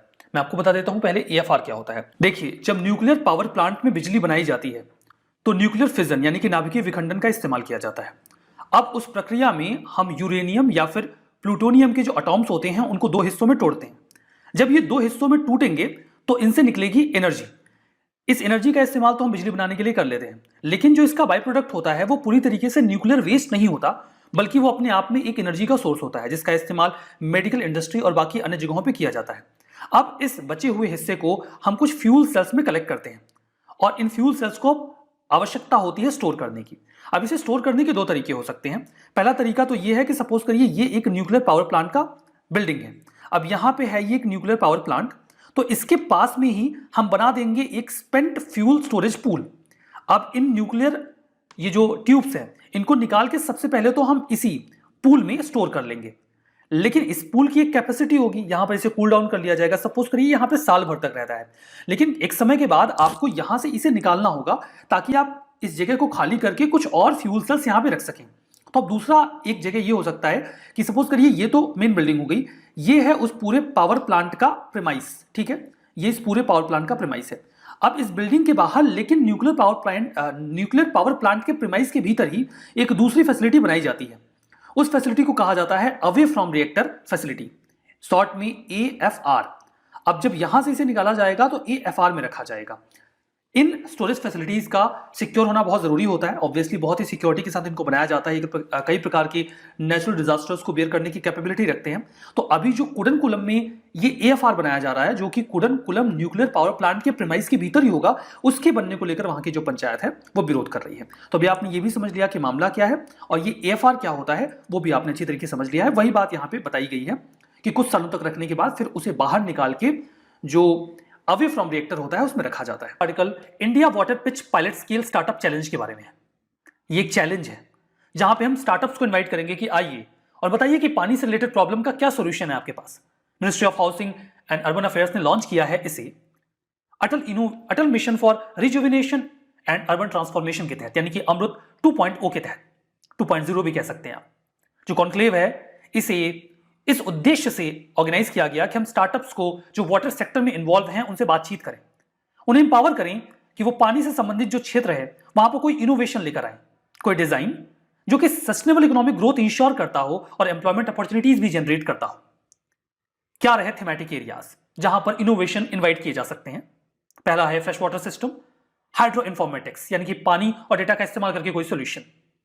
पानी की वाटर के सेक्टर में पानी मिला के नहीं, ठीक है। Water management, urban water management, यहां पे यूज वाटर मैनेजमेंट पहला वाला है। Agriculture water management, urban sewage management, water governance और innovation in conventional taps and plumbing system. कौन है एलिजिबल? DPIIT यानी कि department of promotion of industry internal trade के तहत जो भी स्टार्टअप्स रिकॉग्नाइज किए गए हैं वो एलिजिबल है। 100 फाइनल सिलेक्टेड स्टार्टअप्स को अप टू 20 लाख तक की जो अमाउंट है वो ग्रांट के तौर पे दिया जाएगा और मेंटरशिप भी दी जाएगी। अमृत 2.0 की बात करते हैं। अमृत का ही एक एक्सटेंडेड वर्जन है, 2021 में लॉन्च किया गया। वाटर सेक्टर में वाटर सप्लाई को किस प्रकार से सही किया जाए, इसका एक उद्देश्य रहेगा 500 अमृत सिटीज में। यहां पर आइडेंटिफाई किया जाएगा इनोवेटिव, प्रूवन और पोटेंशियल एनवायरमेंटल फ्रेंडली टेक्नोलॉजीज को, और इसी गोल के साथ ये चैलेंज लॉन्च भी किया गया कि आप कुछ इनोवेशंस लेकर आइए। नेक्स्ट आर्टिकल है वो टच स्क्रीन टेक्नोलॉजी के बारे में है। जब कोविड का प्रकोप फैला तो हम चीजों को छूने से बड़ा डरते थे। हम ATM में पैसे निकालने से भी डरते थे, लगता था हम बटन को दबाएंगे तो वहां पे कोरोना वायरस होगा, हमारे हाथ में आ जाएगा। ग्लव्स पहन के लोग जाते थे। कैसा होता कि आपको बटन को दबाना ही नहीं पड़ता, या जो उसकी स्क्रीन होती है, स्क्रीन टच ATMs आते हैं ना, आपको उसे छूना ना पड़े, बल्कि आप थोड़ी दूरी पर उंगली को लेकर जाओ और वो बटन प्रेस हो जाए। उसे ही कहेंगे टच स्क्रीन टेक्नोलॉजी, जिसे अब डेवलप किया जा रहा है, जिसमें प्रॉक्सिमिटी सेंसर्स लगे होते हैं। मतलब आपको एक्चुअली में स्क्रीन को छूना नहीं पड़ेगा, बल्कि कुछ दूरी पर ही आपकी स्क्रीन है वो आपके बॉडी पार्ट को डिटेक्ट कर लेगा। साइंटिस्ट इसे डेवलप कर रहे हैं प्रिंटिंग टेक्नोलॉजी का इस्तेमाल करके। ये 9 सेंटीमीटर के डिस्टेंस से ही जो डिवाइस है वो प्रॉक्सिमिटी के माध्यम से जो टच है उसे सेंस कर लेगा। कोरोना वायरस पेंडेमिक में हमने कोशिश की कि लाइफस्टाइल को ऐसे किया जाए कि वो पेंडेमिक सिनेरियो के लिए एडेप्टेबल हो जाए और वायरस का रिस्क कम हो, specially self service kiosk, ATM या वेंडिंग मशीन्स को लेकर। तो ये जो टेक्नोलॉजी है टच स्क्रीन टेक्नोलॉजी, ये काफी ज्यादा कारगर साबित हो सकती है आने वाले समय में, जिसको लेकर काम बड़ी तेजी से चल रहा है। हमारा नेक्स्ट आर्टिकल फूलदेई के बारे में है। उत्तराखंड का फेस्टिवल है ये फ्लावर्स का, जहां पे बच्चों को इन्वायरमेंट के बारे में बताया जाता है। फूलदेई फेस्टिवल को हार्वेस्ट फेस्टिवल ऑफ उत्तराखंड के नाम से भी पुकारा जाता है। यहाँ पे एक सेरेमोनियल पडिंग तैयार करी जाती है जिसे देई कहा जाता है। बेसिकली वो जैगरी गुड़ से बनाया जाता है, उसी के नाम पे इसे फूलदेई नाम दे दिया गया है। जो फेस्टिवल है वो गढ़वाल और जो कुमायूं रीजन है उत्तराखंड का, वहां पर मार्च अप्रैल के महीने में ऑब्जर्व किया जाता है। बेसिकली जो हिंदू मंथ में पहला महीना होता है, चैत्र महीना, उस दौरान इसको ऑब्जर्व करते हैं। इसमें बच्चे, पार्टिकुलरली जो छोटी बच्चियां होती हैं, वो फार्म्स में, फॉरेस्ट में, गार्डन्स में जाती हैं, खूब अच्छे अच्छे फ्लावर्स कलेक्ट करती हैं लोकल डेटी के लिए। वो बच्चे घरों को वो फूल देते हैं और एंड ऑफ द डे उन्हें कुछ पैसे मिल जाते हैं, लड्डू मिलते हैं खाने को, तो वो खुश हो जाते हैं। ये जो फ्लावर्स प्लेस किए जाते हैं वो डोर स्टेप्स पे, घरों के दरवाजे के सामने लगाए जाते हैं, इस उम्मीद में कि भगवान इससे ब्लेसिंग देंगे। और जो बच्चे ये फूल लेकर आते हैं उन्हें फुलयारी कहा जाता है। इन रिटर्न उन्हें मिलते हैं स्वीट्स और थोड़े बहुत पैसे। जो कॉमनली यूज फ्लावर्स हैं उनमें रेड रोडेंड्रम फ्लावर होते हैं, या फिर बुरांश, या फिर येलो फियोनली फ्लावर्स, या फिर मस्टर्ड फ्लावर्स। हमारा next article international day to combat Islamophobia के बारे में है। यूनाइटेड नेशन जनरल असेंबली ने एक रेजोल्यूशन अडॉप्ट करते हुए 15 मार्च को international day to combat Islamophobia declare कर दिया। मतलब इस्लाम को लेकर जो लोगों के मन में डर है उसको हटाने के लिए लोगों को अवेयर किया जाए, जानकारी दी जाए। इस रेजोल्यूशन को इंट्रोड्यूस किया गया था ऑर्गेनाइजेशन ऑफ इस्लामिक कोऑपरेशन की ओर से, जो कल्चर फॉर पीस एक एजेंडा है उसी के तहत। इसे स्पॉन्सर किया गया ना केवल ओआईसी के 57 मेंबर्स के द्वारा, बल्कि 8 और देशों ने इसका समर्थन किया, जिसमें चाइना और रशिया भी शामिल रहे। क्या रहा स्टैंड इंडिया का? इंडिया ने इसको पूरी तरीके से अपना मतलब कंडेम करते हुए कंसर्न्स एक्सप्रेस किए। इंडिया का ये कहना है कि किसी एक पार्टिकुलर रिलीजन को लेकर बताना कि लोग इससे डरते हैं इसलिए लोगों को अवेयर करना चाहिए, ये गलत है। ये तो इंटरनेशनल ऑर्गेनाइजेशंस को रिलीजियस लाइन पर ले जाने वाली बात है। और ऐसा भी नहीं है कि दुनिया में केवल इस्लामोफोबिया ही है, कई सारे नॉन अब्राहमिक रिलीजियंस भी हैं, जिनमें सिखिज्म, बुद्धिज्म और हिंदुइज्म भी शामिल हैं, जिनको लेकर लोगों के मन में कई प्रकार की भ्रांतियां होती हैं। तो फिर तो उसके लिए भी कोई एक इंटरनेशनल डे डिक्लेयर करना पड़ जाएगा। तो इस प्रकार से रिलीजियस लाइन का इस्तेमाल करके किसी एक रिलीजन को लेकर डे डिक्लेयर करना ये गलत होगा। तो इंडिया ने इसका सख्ती से विरोध किया। ना केवल इंडिया ने बल्कि कई सारे वेस्टर्न नेशंस ने और ईयू की कंट्रीज ने भी इसका विरोध किया या अपने रिजर्वेशंस दिखाए, अपने कंसर्न्स जाहिर किए। गवर्नमेंट स्कीम के सेक्शन में मिनिस्ट्री ऑफ फूड प्रोसेसिंग हमने पकड़ा हुआ है, उसी में जो दूसरी स्कीम है प्रधानमंत्री किसान संपदा योजना, उस पर चर्चा करेंगे। प्रधानमंत्री किसान संपदा योजना का ऑब्जेक्टिव है फूड प्रोसेसिंग को इंडिया में बेटर करना। फूड प्रोसेसिंग क्या होती है? फूड प्रोसेसिंग में हम फूड को या फिर जो रॉ मटेरियल है उसे इस तरीके से प्रोसेस कर देते हैं कि वो ना केवल ड्यूरेबल बन जाए बल्कि उसमें वैल्यू एडिशन भी हो जाए। जैसे कि गेहूं से आटा बना लेना या फिर दूध से मिठाई बना लेना, ये फूड प्रोसेसिंग का एक अच्छा एग्जाम्पल हो सकता है। इससे एग्रीकल्चर का वेस्ट कम होता है और हम इस योजना के माध्यम से जो एग्रीकल्चर है उसे सप्लीमेंट कर रहे हैं और प्रोसेसिंग को मॉडर्नाइज कर रहे हैं। ये सेंट्रल सेक्टर स्कीम है, मतलब जो भी खर्चा आएगा केंद्र सरकार देगी। इस स्कीम को जब लॉन्च किया गया था तो इसका नाम था संपदा। फुल फॉर्म था scheme for agro marine processing and development of agro processing clusters. Umbrella scheme थी ये, मतलब इसके भीतर कुछ अन्य स्कीम्स भी थी। मैं आपको बता दूं कि इसमें टोटल 7 स्कीम्स हुआ करती थी, जिनमें पहले से एग्जिस्टिंग 4 स्कीम्स को क्लब किया गया और 3 नई स्कीम्स को भी ऐड कर दिया गया। इसके जरिए जो पैकेज दिया जा रहा है उसमें हम कॉम्प्रिहेंसिव मॉडर्न इंफ्रा तैयार कर रहे हैं, जिसमें सप्लाई चेन मैनेजमेंट भी होगा। जैसे कि हम बात कर रहे थे कि इसमें 4 ऑनगोइंग स्कीम को रखा गया और 3 नई स्कीम्स को। तो देखते हैं कौन कौन सी सब स्कीम्स इसका हिस्सा रही। जैसे कि पहला रहा मेगा फूड पार्क। हम बनाएंगे खूब बड़े बड़े फूड पार्क्स जहां पर फूड प्रोसेसिंग की जाएगी और इसे इंप्लीमेंट किया जाएगा स्पेशल पर्पस व्हीकल के माध्यम से। दूसरा, integrated cold chain value addition and preservation infrastructure. Cold chain बनाएंगे, प्रिजर्वेशन इंफ्रा तैयार करेंगे ताकि जो रॉ मटेरियल है वो खराब ना हो। इसकी जिम्मेदारी होगी कंपनीज की, सेल्फ हेल्प ग्रुप्स की या फार्मर प्रोड्यूसर ऑर्गेनाइजेशंस की। तीसरा, हम क्रिएशन एक्सपेंशन करेंगे फूड प्रोसेसिंग का और प्रिजर्वेशन कैपेसिटी को भी बेटर करेंगे ताकि जो भी रॉ मटेरियल हमारे पास आ रहा है उसे लंबे समय तक बचाया जा सके और प्रोसेस किया जा सके, जिसकी जिम्मेदारी वही SHG और FPOs ही उठाएंगे। चौथी स्कीम जो पहले से अवेलेबल थी और उसे इसमें मर्ज किया गया, that is food safety and quality assurance infra. जो फूड प्रोसेस किया जा रहा है उसकी क्वालिटी अच्छी है, इसके लिए हम क्वालिटी कंट्रोल में अपग्रेडेशन करेंगे और फूड टेस्टिंग लेबोरेटरीज भी बनाएंगे। दूसरा इसी में था कि हम ISO स्टैंडर्ड या HACCP की जो स्टैंडर्ड्स हैं food safety quality management system को फॉलो करेंगे। 3 नए जो ऐड किए गए, पहला, एग्रो प्रोसेसिंग क्लस्टर्स तैयार करे जाएंगे, मतलब ऐसे क्लस्टर्स जहां पर कई सारी कंपनीज इकट्ठा हो और फूड प्रोसेसिंग में इन्वॉल्व हो। इसके लिए हमें चाहिए होगा कुछ कॉमन इंफ्रा जिसका इस्तेमाल सभी कर सकें, जैसे कि इलेक्ट्रिसिटी, पानी, रोडवेज, इन सबको इन क्लस्टर्स में डेवलप किया जाएगा। दूसरा, creation of backward and forward linkages. ये बहुत जरूरी होता है किसी फूड पार्क के लिए। बैकवर्ड लिंकेज का मतलब यह है कि फार्मर से उस फूड प्रोसेसिंग सेंटर तक रॉ मटेरियल आए, और फॉरवर्ड लिंकेज का मतलब यह होता है कि फूड प्रोसेसिंग होने के बाद उसे मार्केट तक पहुंचाया जा सके, तो इसके लिए भी व्यवस्था करी जाएगी। तीसरा, ह्यूमन रिसोर्स एंड इंस्टीट्यूशन। हमें ऐसे इंस्टीट्यूशंस चाहिए जो इस संबंध में रिसर्चेस करें और बताएं कि कैसे सेमिनार, वर्कशॉप, फेयर्स के माध्यम से हम इसे और ज्यादा लोगों तक पहुंचा सकते हैं। तो ये रही प्रधानमंत्री कृषि संपदा योजना। हमारा नेक्स्ट आर्टिकल बहिनी स्कीम के बारे में है। नाम से स्पष्ट है कि बहनों से संबंधित कुछ होगा। बिल्कुल, सिक्किम की सरकार ने अनाउंस किया है स्कीम बहिनी को, जिसके माध्यम से वेंडिंग मशीन्स लगाई जाएंगी। ये वेंडिंग मशीन्स लगेंगे स्कूल्स में। और क्या डिलीवर करेंगे ये वेंडिंग मशीन्स? इन वेंडिंग मशीन्स के जरिए जो 9th to 12th क्लास की बच्चियां हैं वो फ्री सैनिटरी पैड्स ले सकती हैं। ये वेंडिंग मशीन्स 210 सेकेंडरी और सीनियर सेकेंडरी गवर्नमेंट स्कूल्स में लगाए जाएंगे, यानी कि 9 से लेकर 12 तक के स्कूल्स में 100% फ्री और सेफ सैनिटरी पैड्स दिए जाएंगे बच्चियों को, ताकि जो मेंस्ट्रुअल साइकिल है उसमें बच्चियां केवल इस वजह से स्कूल्स को ड्रॉप ना करें। अवेयरनेस भी फैलाई जाएगी मेंस्ट्रुअल हाइजीन के बारे में कि वो कैसे स्वस्थ रह सकती हैं और स्कूल्स को भी कंटिन्यू रख सकती हैं। Ministry of food processing industry की स्कीम हम डिस्कस कर रहे हैं और ये है तीसरी स्कीम, जहां पर हम चर्चा करेंगे ऑपरेशन ग्रीन के बारे में। ऑपरेशन ग्रीन इसे 2018 में लॉन्च किया गया था। इसका बेसिक ऑब्जेक्टिव ये था कि हम टॉप क्रॉप्स को बेटर बनाएं। टॉप में शामिल हैं टोमेटो, अनियन और पोटैटो। ये कुछ ऐसी क्रॉप्स हैं जिनमें वोलेटिलिटी बहुत ज्यादा होती है, इनके प्राइसेस बहुत तेजी से फ्लक्चुएट करते हैं।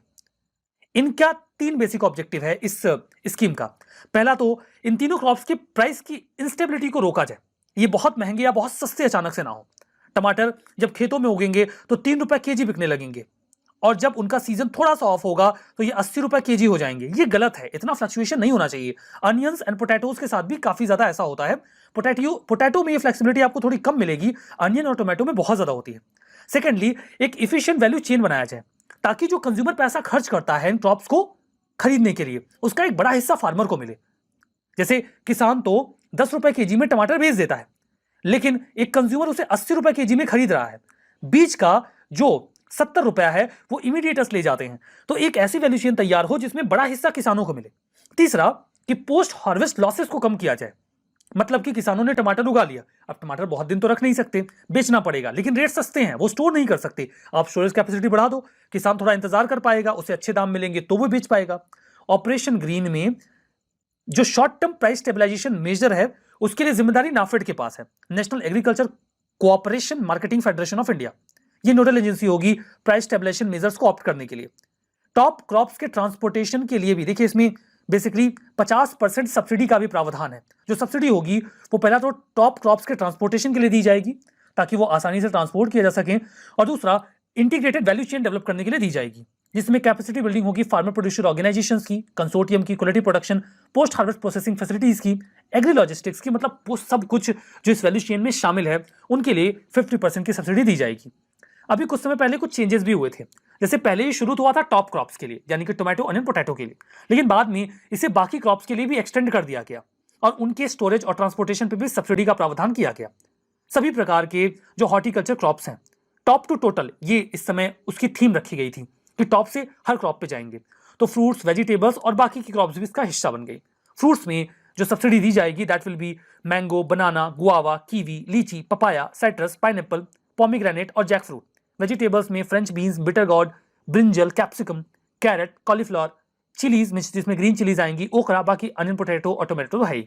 बाकी और फ्रूट्स और वेजिटेबल्स को इसमें जोड़ा जा सकता है। तो ये तो हो गई स्कीम। इस स्कीम के सेगमेंट पे चलते हैं। मिनिस्ट्री ऑफ फूड प्रोसेसिंग की बात चल रही है और जो स्कीम है वो प्रोडक्शन लिंक्ड इंसेंटिव स्कीम है फूड प्रोसेसिंग इंडस्ट्री के लिए। वैसे प्रोडक्शन लिंक्ड इंसेंटिव स्कीम जो है वो लगभग हर इंडस्ट्री के लिए लागू की गई है सरकार के द्वारा। यहाँ पे जो हम बात कर रहे हैं वो फूड प्रोसेसिंग इंडस्ट्री के बारे में करेंगे। इसके पहले कि हम स्कीम पे चर्चा करें, मैं आपको बता देता हूं कि प्रोडक्शन लिंक्ड इंसेंटिव का मतलब क्या होता है। यहाँ पे कोई भी कंपनी अगर एडिशनल प्रोडक्शन करती है तो मिलेगा इंसेंटिव। जैसे कि एक कंपनी 100 यूनिट प्रोडक्शन करती है और अब उसने 200 यूनिट का प्रोडक्शन स्टार्ट कर दिया। जो उसने एडिशनल 100 यूनिट का प्रोडक्शन किया, इसमें सपोज करते हैं कि उसके 100 रुपए खर्च हुए, तो 4 रुपए से 12 रुपए तक सरकार उन्हें इंसेंटिव के तौर पे दे देगी। ये मिलेगा उन्हें उस एडिशनल प्रोडक्शन पे, जिससे उनके पास अब ज्यादा पैसे होंगे इन्वेस्टमेंट करने को लेकर, नई ब्रांचेस खोलने को लेकर, या फिर अपने सामान को थोड़ा सा सस्ता करके उसे कॉम्पिटिटिव बनाने को लेकर। ये फायदे हैं प्रोडक्शन लिंक्ड इंसेंटिव स्कीम के।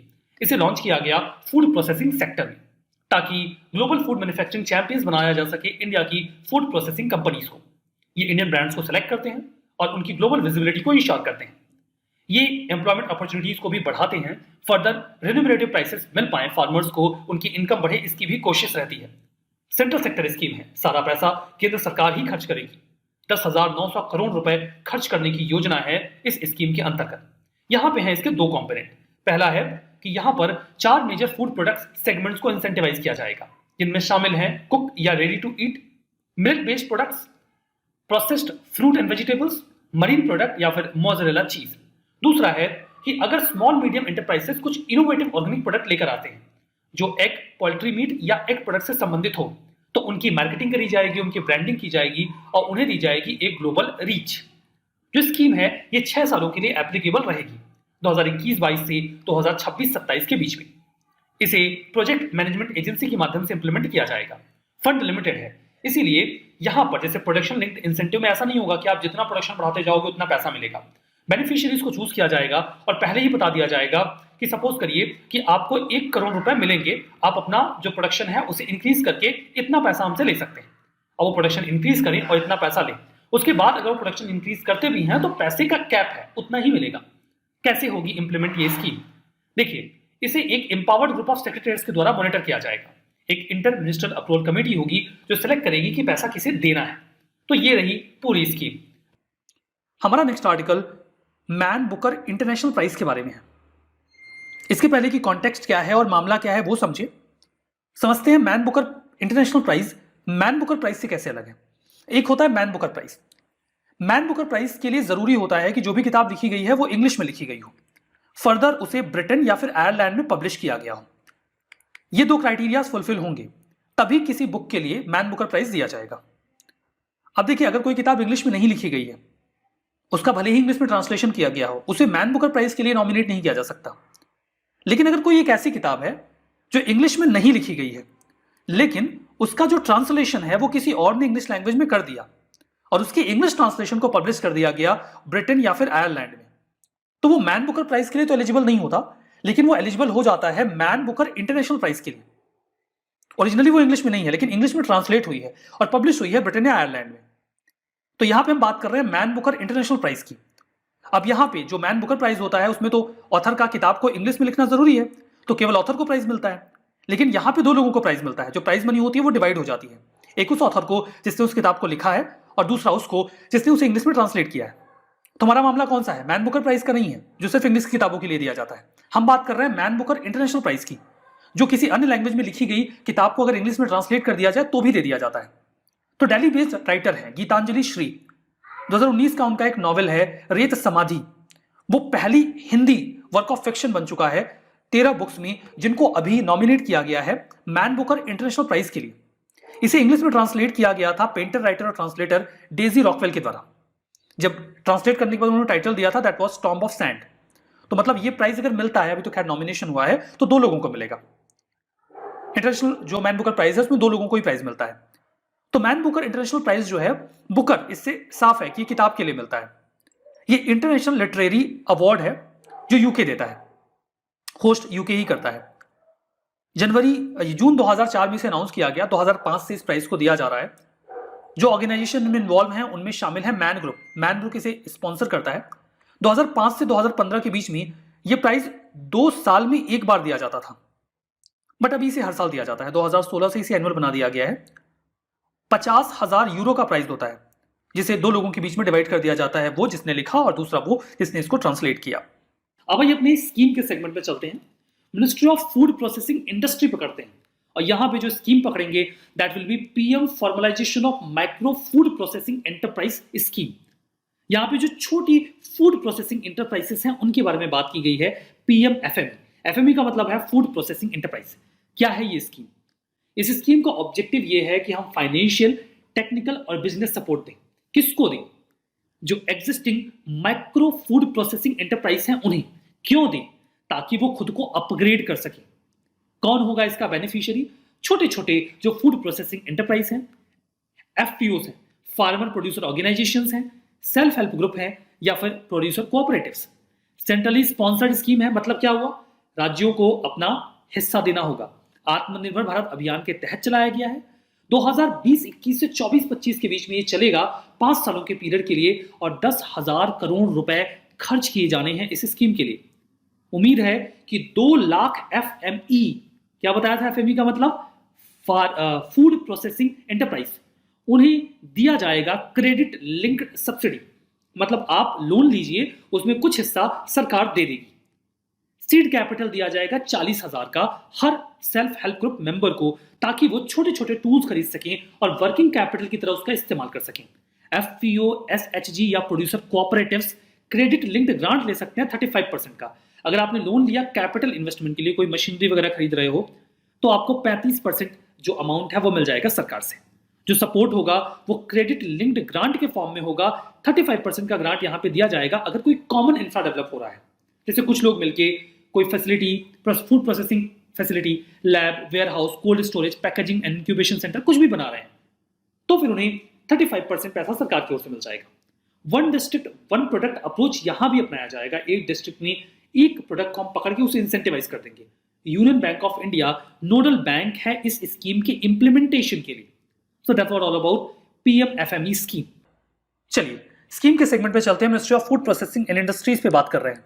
3 स्कीम हमने कवर करी है, 2 और कवर करते हैं। छोटी छोटी स्कीम्स हैं इसलिए 2 कर लेते हैं। निवेश बंधु और scheme of cold chain valuation and preservation infrastructure. निवेश बंधु, जैसे फूड प्रोसेसिंग इंडस्ट्री को लेकर सरकार बड़ी अवेयर है। वो चाहते हैं कि फूड प्रोसेसिंग इंडस्ट्री बढ़िया से डेवलप हो, ताकि किसानों का अनाज और फल सब्जियां बचे रहें, उनको प्रोसेस करके उन्हें अच्छे दाम दिए जा सकें। जरूरी है कि इसमें इन्वेस्टमेंट हो, लेकिन इन्वेस्टर्स को कैसे पता चले कि उन्हें कहां और कैसे इन्वेस्ट करना है, उनकी मदद के लिए सरकार ने जारी किया निवेश बंधु पोर्टल। ये काइंड ऑफ पोर्टल है जिसे 2017 में लॉन्च किया गया था। इससे इन्वेस्टर्स को काफी अच्छी जानकारी मिल जाती है कि सेंट्रल और स्टेट गवर्नमेंट की कौन सी ऐसी पॉलिसीज हैं जिसके जरिए वो एक इजी इन्वेस्टमेंट कर सकते हैं, कौन से ऐसे क्लस्टर्स हैं जहां पर इन्वेस्टमेंट उनके लिए फायदेमंद होगा, जहां वो इन्वेस्टमेंट कर रहे हैं वहां कैसा इंफ्रा अवेलेबल है, और कौन से ऐसे सेक्टर्स हैं फूड प्रोसेसिंग में, कौन से ऐसे जोन्स हैं जहां उन्हें इन्वेस्ट करना चाहिए। तो वो एक प्रायर इन्फॉर्म्ड इन्वेस्टमेंट कर सकते हैं निवेश बंधु पोर्टल की मदद से। नेक्स्ट स्कीम है scheme of cold chain valuation and preservation infrastructure. नाम से स्पष्ट है ये स्कीम किस लिए है। देखिए, इसमें फार्म गेट टू कंज्यूमर तक का एक जो पूरा आर्किटेक्चर होता है, एक पूरा आईवल से इंफ्रास्ट्रक्चर होता है, उसके डेवलपमेंट को लेकर ये स्कीम है, जिसमें शामिल होते हैं प्रोसेसिंग सेंटर्स जहां पे अनाज फल सब्जियों को प्रोसेस किया जाता है, डिस्ट्रीब्यूशन हब जहां से ये फूड प्रोसेसिंग सेंटर्स तक पहुंचते हैं, mobile pre cooling vans, refrigerated trucks, irrigation facility जिनसे किसी भी फल या सब्जी को लंबे समय तक स्टोर किया जा सके।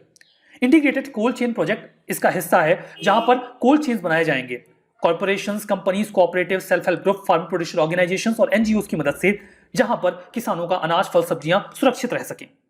हमारा next article world sparrow day के बारे में है। स्पैरो यानी कि गौरैया 20 मार्च को हर साल वर्ल्ड स्पैरो डे ऑब्जर्व किया जाता है। नेचर फॉरएवर सोसाइटी एक एनजीओ है जिसने ये इनिशिएटिव लिया था। इसे रन किया जाता है मोहम्मद दिलावर जी के द्वारा, जो कि बहुत ही नोन कंजर्वेशनिस्ट हैं। पहला वर्ल्ड स्पैरो डे ऑब्जर्व किया गया था 2010 में दुनिया के अलग अलग हिस्सों में। इस बार की थीम थी monitor the sparrow and other common bird. आपने इस चिड़िया को अपने घर के आसपास में भी पहले कभी देखा हो या बचपन में देखा हो। अब ये चिड़िया बहुत ही कम देखने को मिलती है, धीमे धीमे ये कम होते जा रहे हैं, बिकॉज जो अर्बन एरियाज हैं वहां पर पहले जो घर हुआ करते थे या जो गांवों के घर होते थे उसमें ऐसा आर्किटेक्चर होता था कि इनके लिए जगह होती थी, रोशनदान एंड ऑल होते थे, बट अब नहीं होते हैं। तो इस वजह से भी अब उन्हें जगह नहीं मिलती। काफी सोशल बर्ड है, आपके आसपास आके चहकती रहेगी, इसे कोई दिक्कत नहीं होती।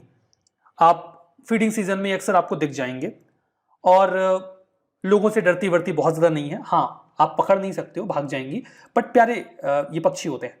हाउस पैरो जो है वो लगभग हर जगह से धीमे धीमे एक्सटिंक्ट हो रही है। इंडिया में भी एक्सपर्ट्स का कहना है कि इसके बारे में लोगों को अवेयर करना होगा ताकि इन्हें खाना पानी मिलता रहे और इनके लिए रहने की जगह बची रहे ताकि इन्हें बचाया जा सके। स्कीम वाला पार्ट देखते हैं। मिनिस्ट्री ऑफ डिफेंस की एक पहली स्कीम हम लेते हैं। स्कीम का नाम है DTI, defence testing infrastructure. India देखिए दुनिया का सबसे बड़ा आर्म्स इंपोर्टर है। दुनिया में जो इंपोर्ट होता है उस आर्म्स का, उसका 30% तो इंडिया ही करता है। हमने डिस्कस किया था 13% की हम बात करें, 13%। सबसे ज्यादा इंपोर्ट हम करते हैं रशिया से ना, ये भी हमने डिस्कस किया था। इंडिया चाहता है कि हमारा डिफेंस का इंपोर्ट कम हो और हम अपने यहां ज्यादा से ज्यादा डिफेंस के इक्विपमेंट तैयार करें। कई सारी कंपनीज को, स्टार्टअप्स को इनकरेज किया जाता है इसके लिए। असल मामला आता है कि डिफेंस के लिए अगर हमने कोई चीज बना ली, कोई टैंक बना लिया, कोई मिसाइल बना ली, कोई एयरक्राफ्ट बना लिया, हमें उसे टेस्ट करना पड़ता है और टेस्ट करने के लिए जो इंफ्रा चाहिए होता है वो काफी खर्चीला होता है। सरकार चाहती है कि वो इस प्रकार का डिफेंस टेस्टिंग इंफ्रा तैयार करे ताकि जो कंपनीज डिफेंस इक्विपमेंट की मैन्युफैक्चरिंग में इन्वॉल्व हैं वो इंसेंटिवाइज हो। उन्हें पता हो कि उन्हें केवल बनाना है, टेस्टिंग इंफ्रा अवेलेबल है, वहां पे जाके वो टेस्टिंग कर सकते हैं। इसी उद्देश्य से DTI स्कीम को लॉन्च किया गया।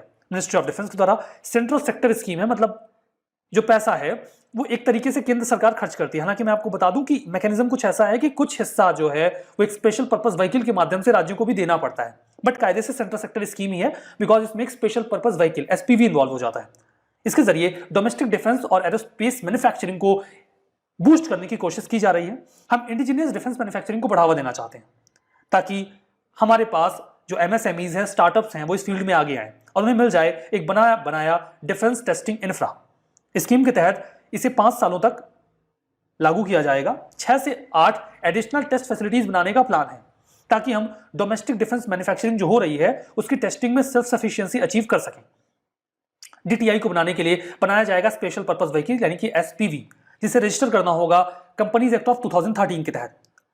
जो भी लोग यहाँ पर टेस्टिंग करेंगे, सपोज कोई कंपनी है उसने कोई फाइटर जेट बनाया है, कोई टैंक बनाया है, वो टेस्टिंग करना चाहते हैं, तो आप आइए जो डिफेंस टेस्टिंग इंफ्रा है उसका इस्तेमाल करिए और उस SPV को जो उसे मैनेज कर रहा है कुछ फीस दे दीजिए, तो ये पूरा मॉडल वर्क करेगा। फर्दर जो फंडिंग है उसमें 75% तो शुद्ध केंद्र सरकार देगी, ग्रांट इन एड के फॉर्म में सारा पैसा दे देगी। जो 25% होगा उसे SPV बियर करेगी। SPV में प्राइवेट एंटिटीज भी होंगी और राज्य की सरकार भी होगी, तो ये पूरा SPV 25% खर्चा मैनेज करेगी। मिनिस्ट्री ऑफ डिफेंस की स्कीम हम डिस्कस कर रहे हैं। पहली स्कीम होगी डिफेंस इंडस्ट्रियल कॉरिडोर। देखिए, डिफेंस के सेक्टर में इंडिया का काफी ज्यादा रिलायंस रहता है दूसरे देशों के ऊपर, हमें बहुत सारा इंपोर्ट करना पड़ता है। हम चाहते हैं कि हमारे यहाँ मैन्युफैक्चरिंग हो, उसके लिए कुछ कॉरिडोर्स बनाए जाते हैं। कॉरिडोर्स पर स्टैब्लिश होती हैं इंडस्ट्रीज और ये कॉरिडोर्स कई तरीके की फैसिलिटीज देते हैं इंडस्ट्रीज को, जैसे कि इलेक्ट्रिसिटी, ट्रांसपोर्टेशन और वो हर बेसिक इंफ्रा जो जरूरी है। मिनिस्ट्री ऑफ डिफेंस इसकी नोडल मिनिस्ट्री है जिसके ऊपर इस पूरे कॉरिडोर को डेवलप करने की जिम्मेदारी है। ऑब्जेक्टिव ये है कि हमारा रिलायंस दूसरे देशों के ऊपर कम हो और हम डिफेंस इंडस्ट्रीज को, एरोस्पेस इंडस्ट्रीज को इंडिया में इंसेंटिवाइज कर पाए। इसमें बेसिकली डिफेंस इंडस्ट्रियल कॉरिडोर्स बनाए जा रहे हैं जहां पर डोमेस्टिक प्रोडक्शन को बूस्ट किया जाएगा, public sector, private sector, MSMEs यहां पर आए और डिफेंस फोर्सेस के लिए जो भी रिक्वायर्ड कैपेबिलिटी है उसे इंश्योर करें। सरकार 2 डिफेंस इंडस्ट्रियल कॉरिडोर डेवलप कर रही है, एक उत्तर प्रदेश में और दूसरा तमिलनाडु में। उम्मीद है कि इससे 2024-25 तक 10,000 करोड़ रुपए का इन्वेस्टमेंट आएगा इन दोनों ही कॉरिडोर्स के पास। एरोस्पेस और डिफेंस पॉलिसीज ये दोनों राज्य बना रहे हैं ताकि जो ओरिजिनल इक्विपमेंट मैन्युफैक्चरर्स हैं, जो ओरिजिनल आइटम्स बनाते हैं, उनको अट्रैक्ट किया जा सके इन दोनों कॉरिडोर में।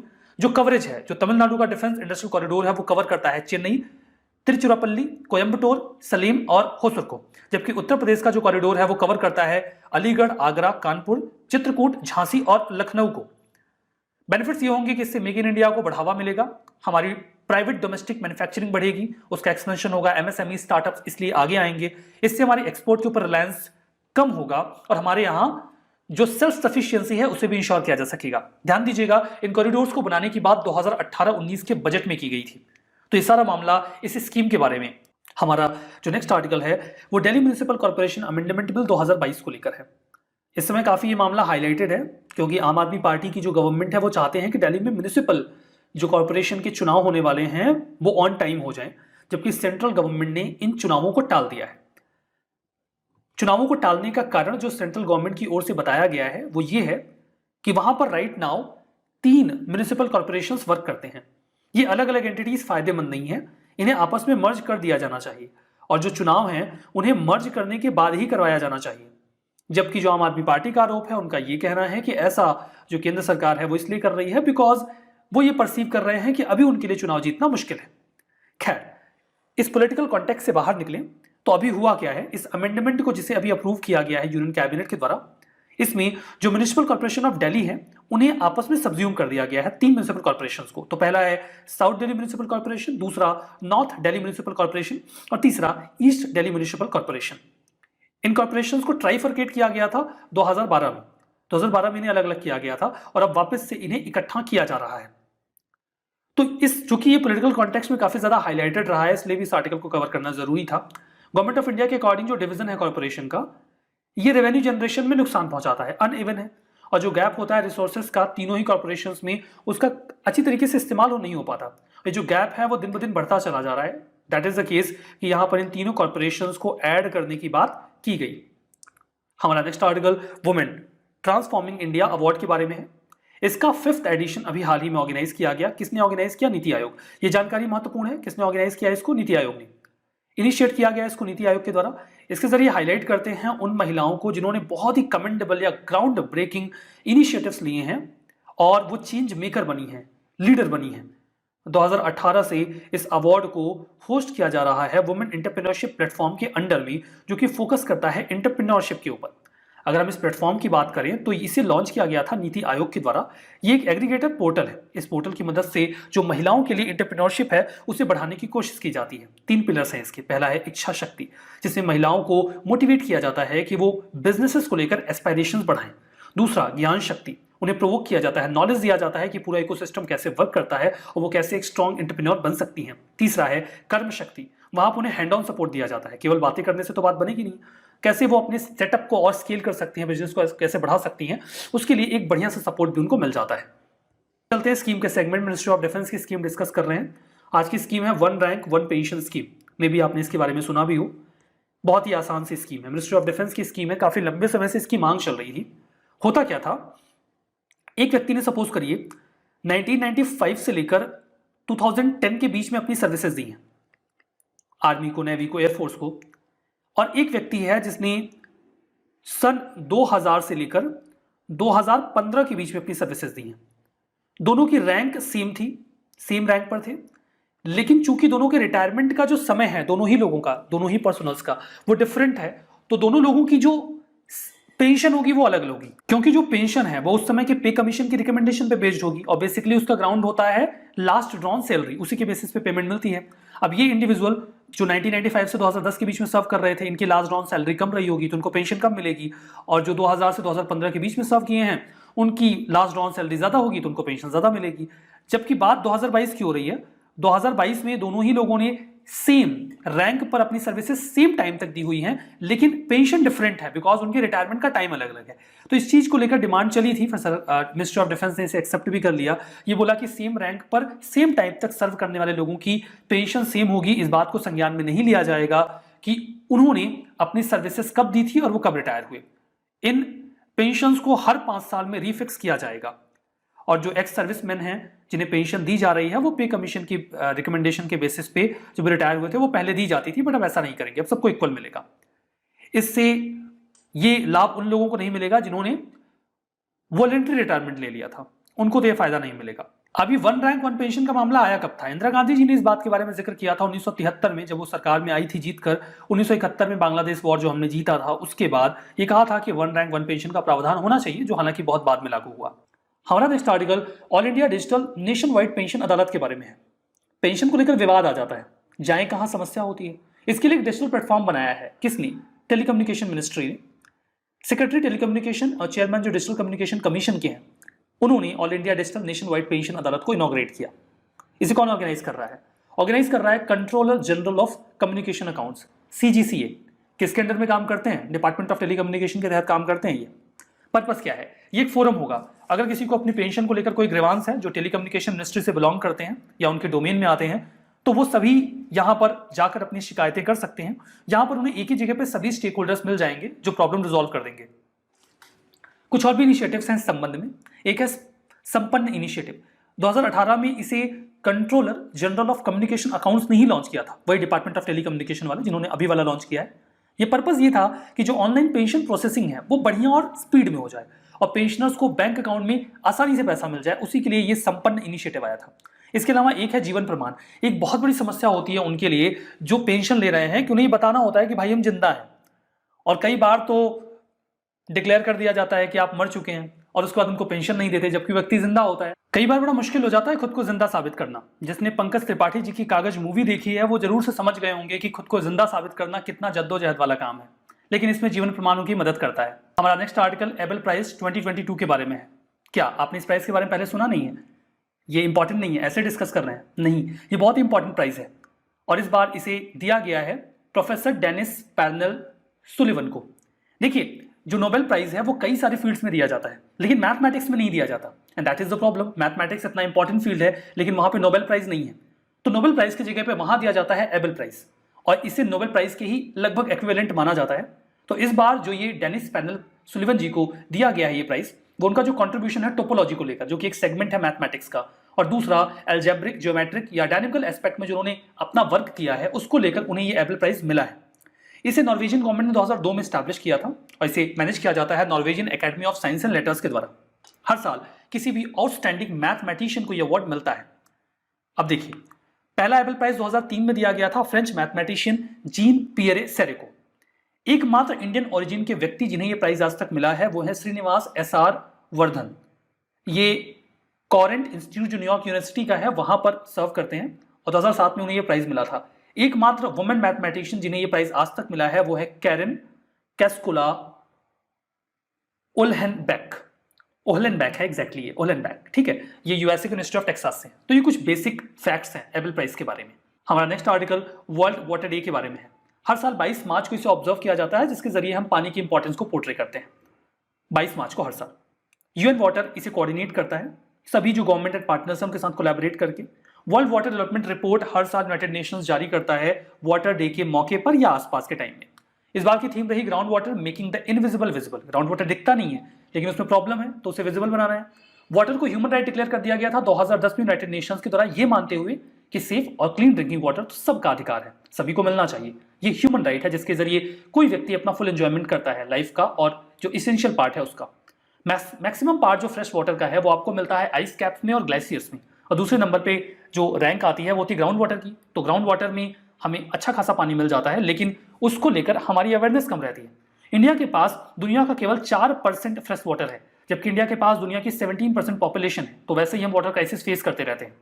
कुछ और इंपॉर्टेंट दिन, 22 अप्रैल अर्थ डे और 22 मई वर्ल्ड बायोडाइवर्सिटी डे। अगर कुछ ऐसा आए तो जानते रहिएगा। 2013 में देखिए प्रश्न आया था, on the planet earth most of the fresh water exist in ice caps and glaciers, out of remaining fresh water largest proportion, मतलब इसके बाद किस में है तो वही ग्राउंड वाटर में है। तो सी सही आंसर है इसका। मिनिस्ट्री ऑफ अर्थ साइंसेस का जो एक इनिशिएटिव है या जो स्कीम है उसकी बात करेंगे। स्कीम का नाम है अक्रॉस स्कीम, फुल फॉर्म है atmosphere and climate research modelling observing system and services. नाम से थोड़ा सा ध्यान दीजिए, एटमॉस्फेयर और क्लाइमेट में रिसर्च को लेकर ये पूरा इनिशिएटिव है। Ministry of earth sciences nodal ministry है इसके लिए। सेंट्रल स्पॉन्सर्ड स्कीम है, राज्यों को अपना हिस्सा देना होगा। इस स्कीम के तहत कोशिश की जाती है कि वेदर, क्लाइमेट और ओशन फोरकास्ट बढ़िया किया जाए। जो साइक्लोन्स आ रहे हैं या फिर कोई भी अनप्लीजेंट एटमॉस्फेरिक सिचुएशन क्रिएट हो रही है तो उसको लेकर जानकारी से पहले से हो जाएगी तो हैजार्डस सिचुएशन को रोका जा सकेगा। इसका इस्तेमाल कई सारे फील्ड्स में हो सकता है, पब्लिक वेदर सर्विसेज में, agrometeorological services, aviation service, environmental monitoring services, climate service, tourism, pilgrimage, power generation. हर जगह अगर कोई क्लाइमेटिक प्रॉब्लम आती है तो प्रभाव पड़ता है तो हमें उसे सही करना है। ऑब्जेक्टिव यह है कि रिसर्च एंड डेवलपमेंट को बढ़ावा दिया जाए ताकि हम हैजार्डस इवेंट की फोरकास्टिंग समय से कर सकें और इसके लिए खुद को और बढ़िया से तैयार कर सकें। इसके तहत है 9 सब स्कीम जो अलग अलग एरियाज को कवर करते हैं और उन्हें कई सारे इंस्टीट्यूट्स हैंडल करते हैं जैसे कि IMD, Indian meteorological department, Indian institute of tropical meteorology और national centre for medium range weather forecasting जो कि पुणे में लोकेटेड है। ये मल्टी ईयर अम्ब्रेला स्कीम है।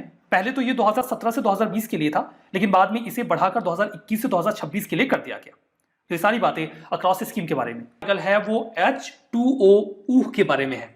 बड़ा इनोवेटिव सा और मजेदार सा नाम है। क्या है ये? National Mission for Clean Ganga, UNESCO, जिसका फुल फॉर्म होता है United Nations Educational, Scientific and Cultural Organisation. और इन्होंने कई सारे अन्य पार्टनर्स के साथ मिलकर 3 एनिमेशन फिल्म्स रिलीज की हैं इस इनिशिएटिव के अंडर में, जिसका नाम है H2O water wise programme for children of India. बच्चों जैसा नाम है, बच्चों के लिए इनिशिएटिव। स्पष्ट है कि बच्चे पानी के क्राइसिस को लेकर अवेयर हों, उसी उद्देश्य से ये इनिशिएटिव बनाया गया। इसमें 3 एनिमेशन फिल्म्स बनाई गई हैं। जो बच्चों ने स्टोरी सबमिट की थी उन्हीं को आधार बनाकर इन्हें बनाया भी गया है। एक क्लिप में देख रहा था, उसमें था ऐसा कि कोर्ट लगी हुई है जहां पे फिशेस, क्रोकोडाइल्स और स्नील्स वगैरह बैठे हुए, वो बता रहे हैं कि कैसे जो प्लास्टिक कचरा फेंका जाता है समंदर में उससे वो कितना परेशान हो जाते हैं। फिर वो सारे मिलकर डिसाइड करते हैं कि जो कचरा इंसान फेंकेंगे वो उसे वापस बाहर फेंक देंगे। फिर वो सारे एक साथ हाथ मिलाते हैं और इकट्ठा करके एक एक कचरा बाहर फेंकना शुरू कर देते हैं। तो बड़ी प्यारी सी क्लिप थी, वो इसी H2O इनिशिएटिव के तहत डेवलप की गई है। इसे लॉन्च किया गया था यूनेस्को के द्वारा जुलाई 2021 में। ये एनिमेशन फिल्म अभी बनी है, इनिशिएटिव तो 2021 के जुलाई में ही आ गया था। यूनिक प्रोग्राम है जहां पे 1 से 8 क्लास के जो बच्चे हैं उनको एजुकेट कर रहे हैं पानी के क्राइसिस को लेकर। ऑब्जेक्टिव यही है कि अवेयर किया जाए कि पानी को कैसे कंजर्व करना है और कैसे उसका सस्टेनेबल यूज करना है।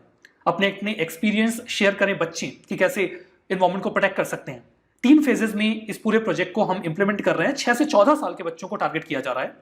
31,000 स्टूडेंट्स ने 53 स्कूल से 18 इंडियन स्टेट से इसमें पार्टिसिपेट किया और 400 टीचर्स का भी इस इनिशिएटिव में एंगेजमेंट रहा। स्कीम पे चलते हैं। Knowledge resource centre network.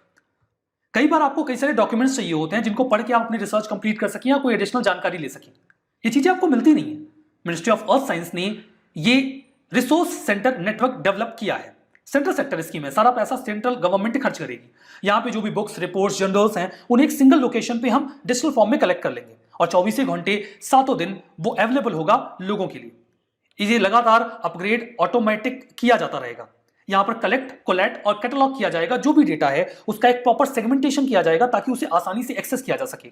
ऐसे डॉक्यूमेंट जिनको डेवलप करने के लिए मिनिस्ट्री ऑफ अर्थ साइंसेस ने फंड किया है उसका डेटा तो ऑब्वियसली कलेक्ट करके इकट्ठा कर दिया जाएगा।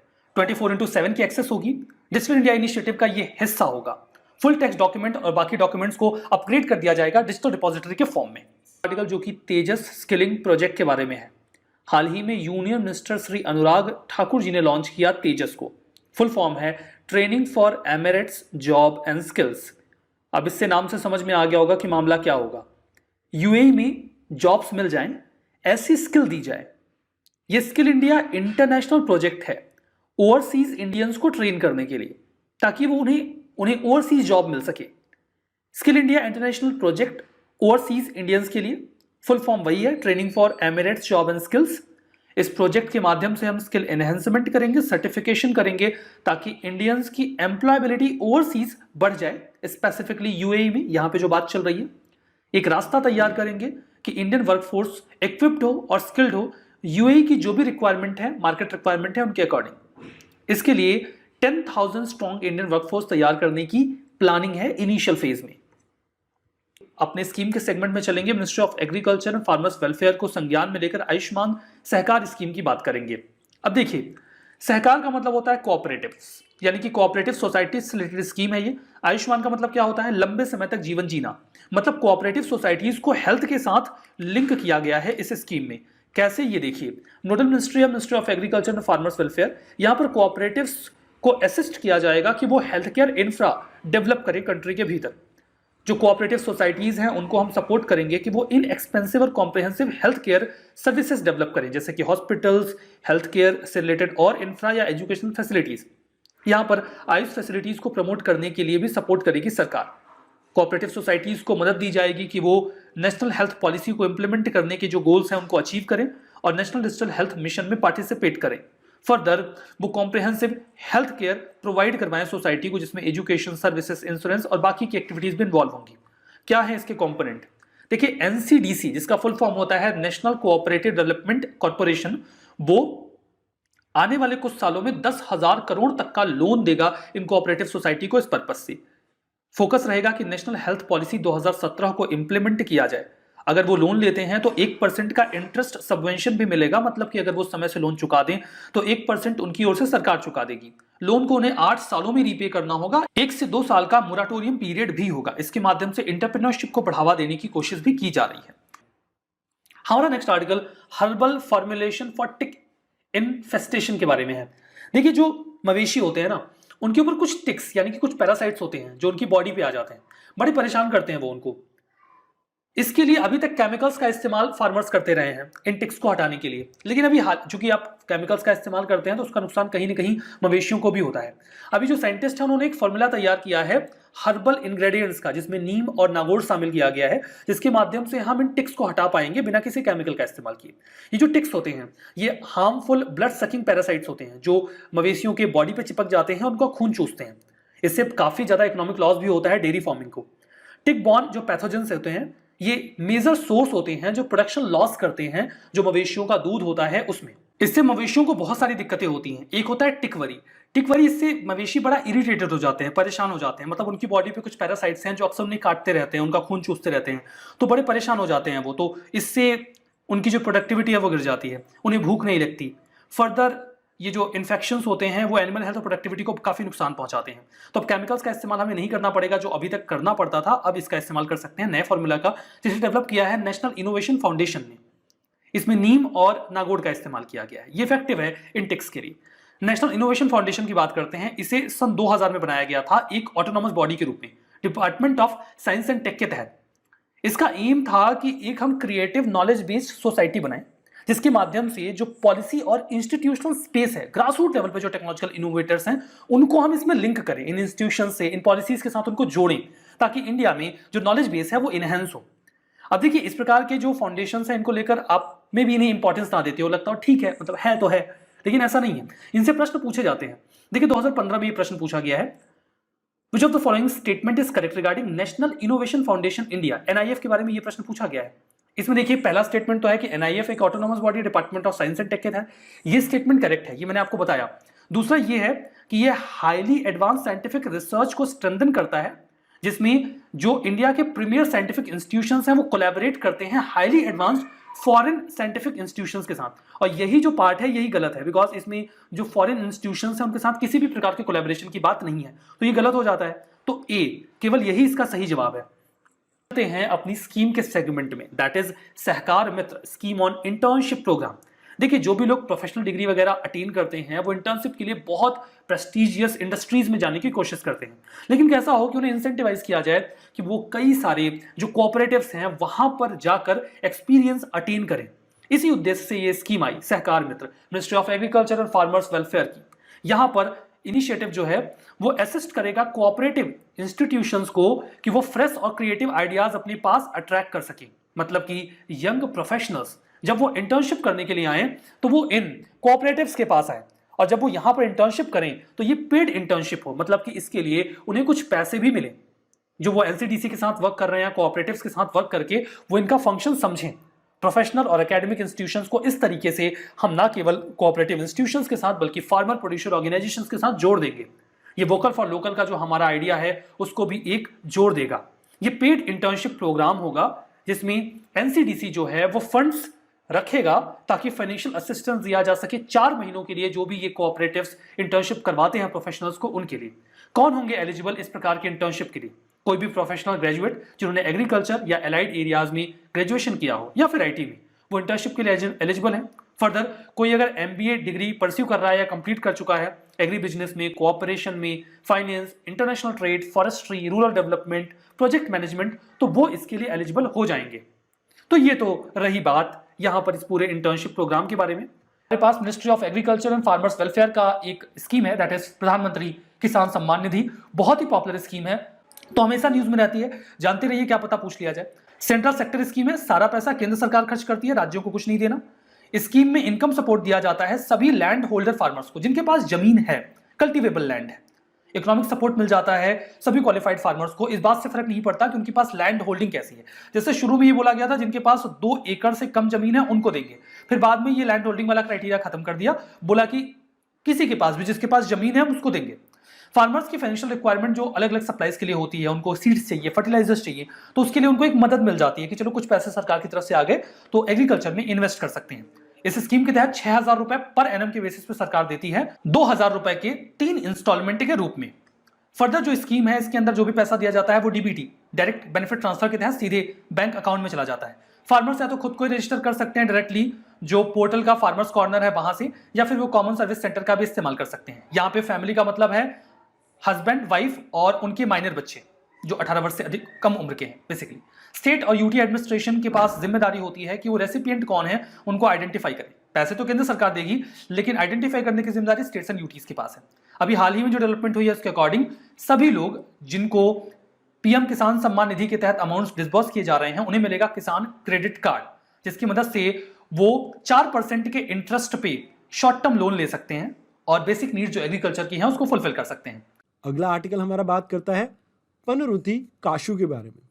अब ये आपका तमिलनाडु बेस्ड एक प्रोडक्ट है जिसके लिए जीआई टैग की मांग की गई है। इसको गोल्ड माइन कुडलोर के नाम से भी जाना जाता है और इसका बहुत यूनिक टेस्ट और क्वालिटी है। अब यहाँ आपको पता होना चाहिए कि किसी प्रोडक्ट को कब जीआई टैग दिया जा सकता है। मान लीजिए कोई स्पेसिफिक प्लेस में ही आपको कोई प्रोडक्ट मिलता है तो उसको जीआई टैग दिया जा सकता है। किसी के अंदर कोई बेस्ट क्वालिटी देखने को मिलती है, जैसे कड़कनाथ मुर्गा, वो एक पर्टिकुलर लाइक आपको मध्य प्रदेश में ही देखने को मिलता है। बासमती राइस, तो वो आपको लाइक एक पर्टिकुलर क्वालिटी देखने को मिलती है वहाँ पे, तो उसकी रेपुटेशन के अकॉर्डिंग उन्हें जीआई टैग दिया जाता है। और ये geographical indications of goods registration and protection act 1999 के अंडर दिया जाता है। अब यहाँ पर ये वैलिड होता है 10 साल के लिए और इसके बाद आप इसे फर्दर एक्सटेंड करवा सकते हैं।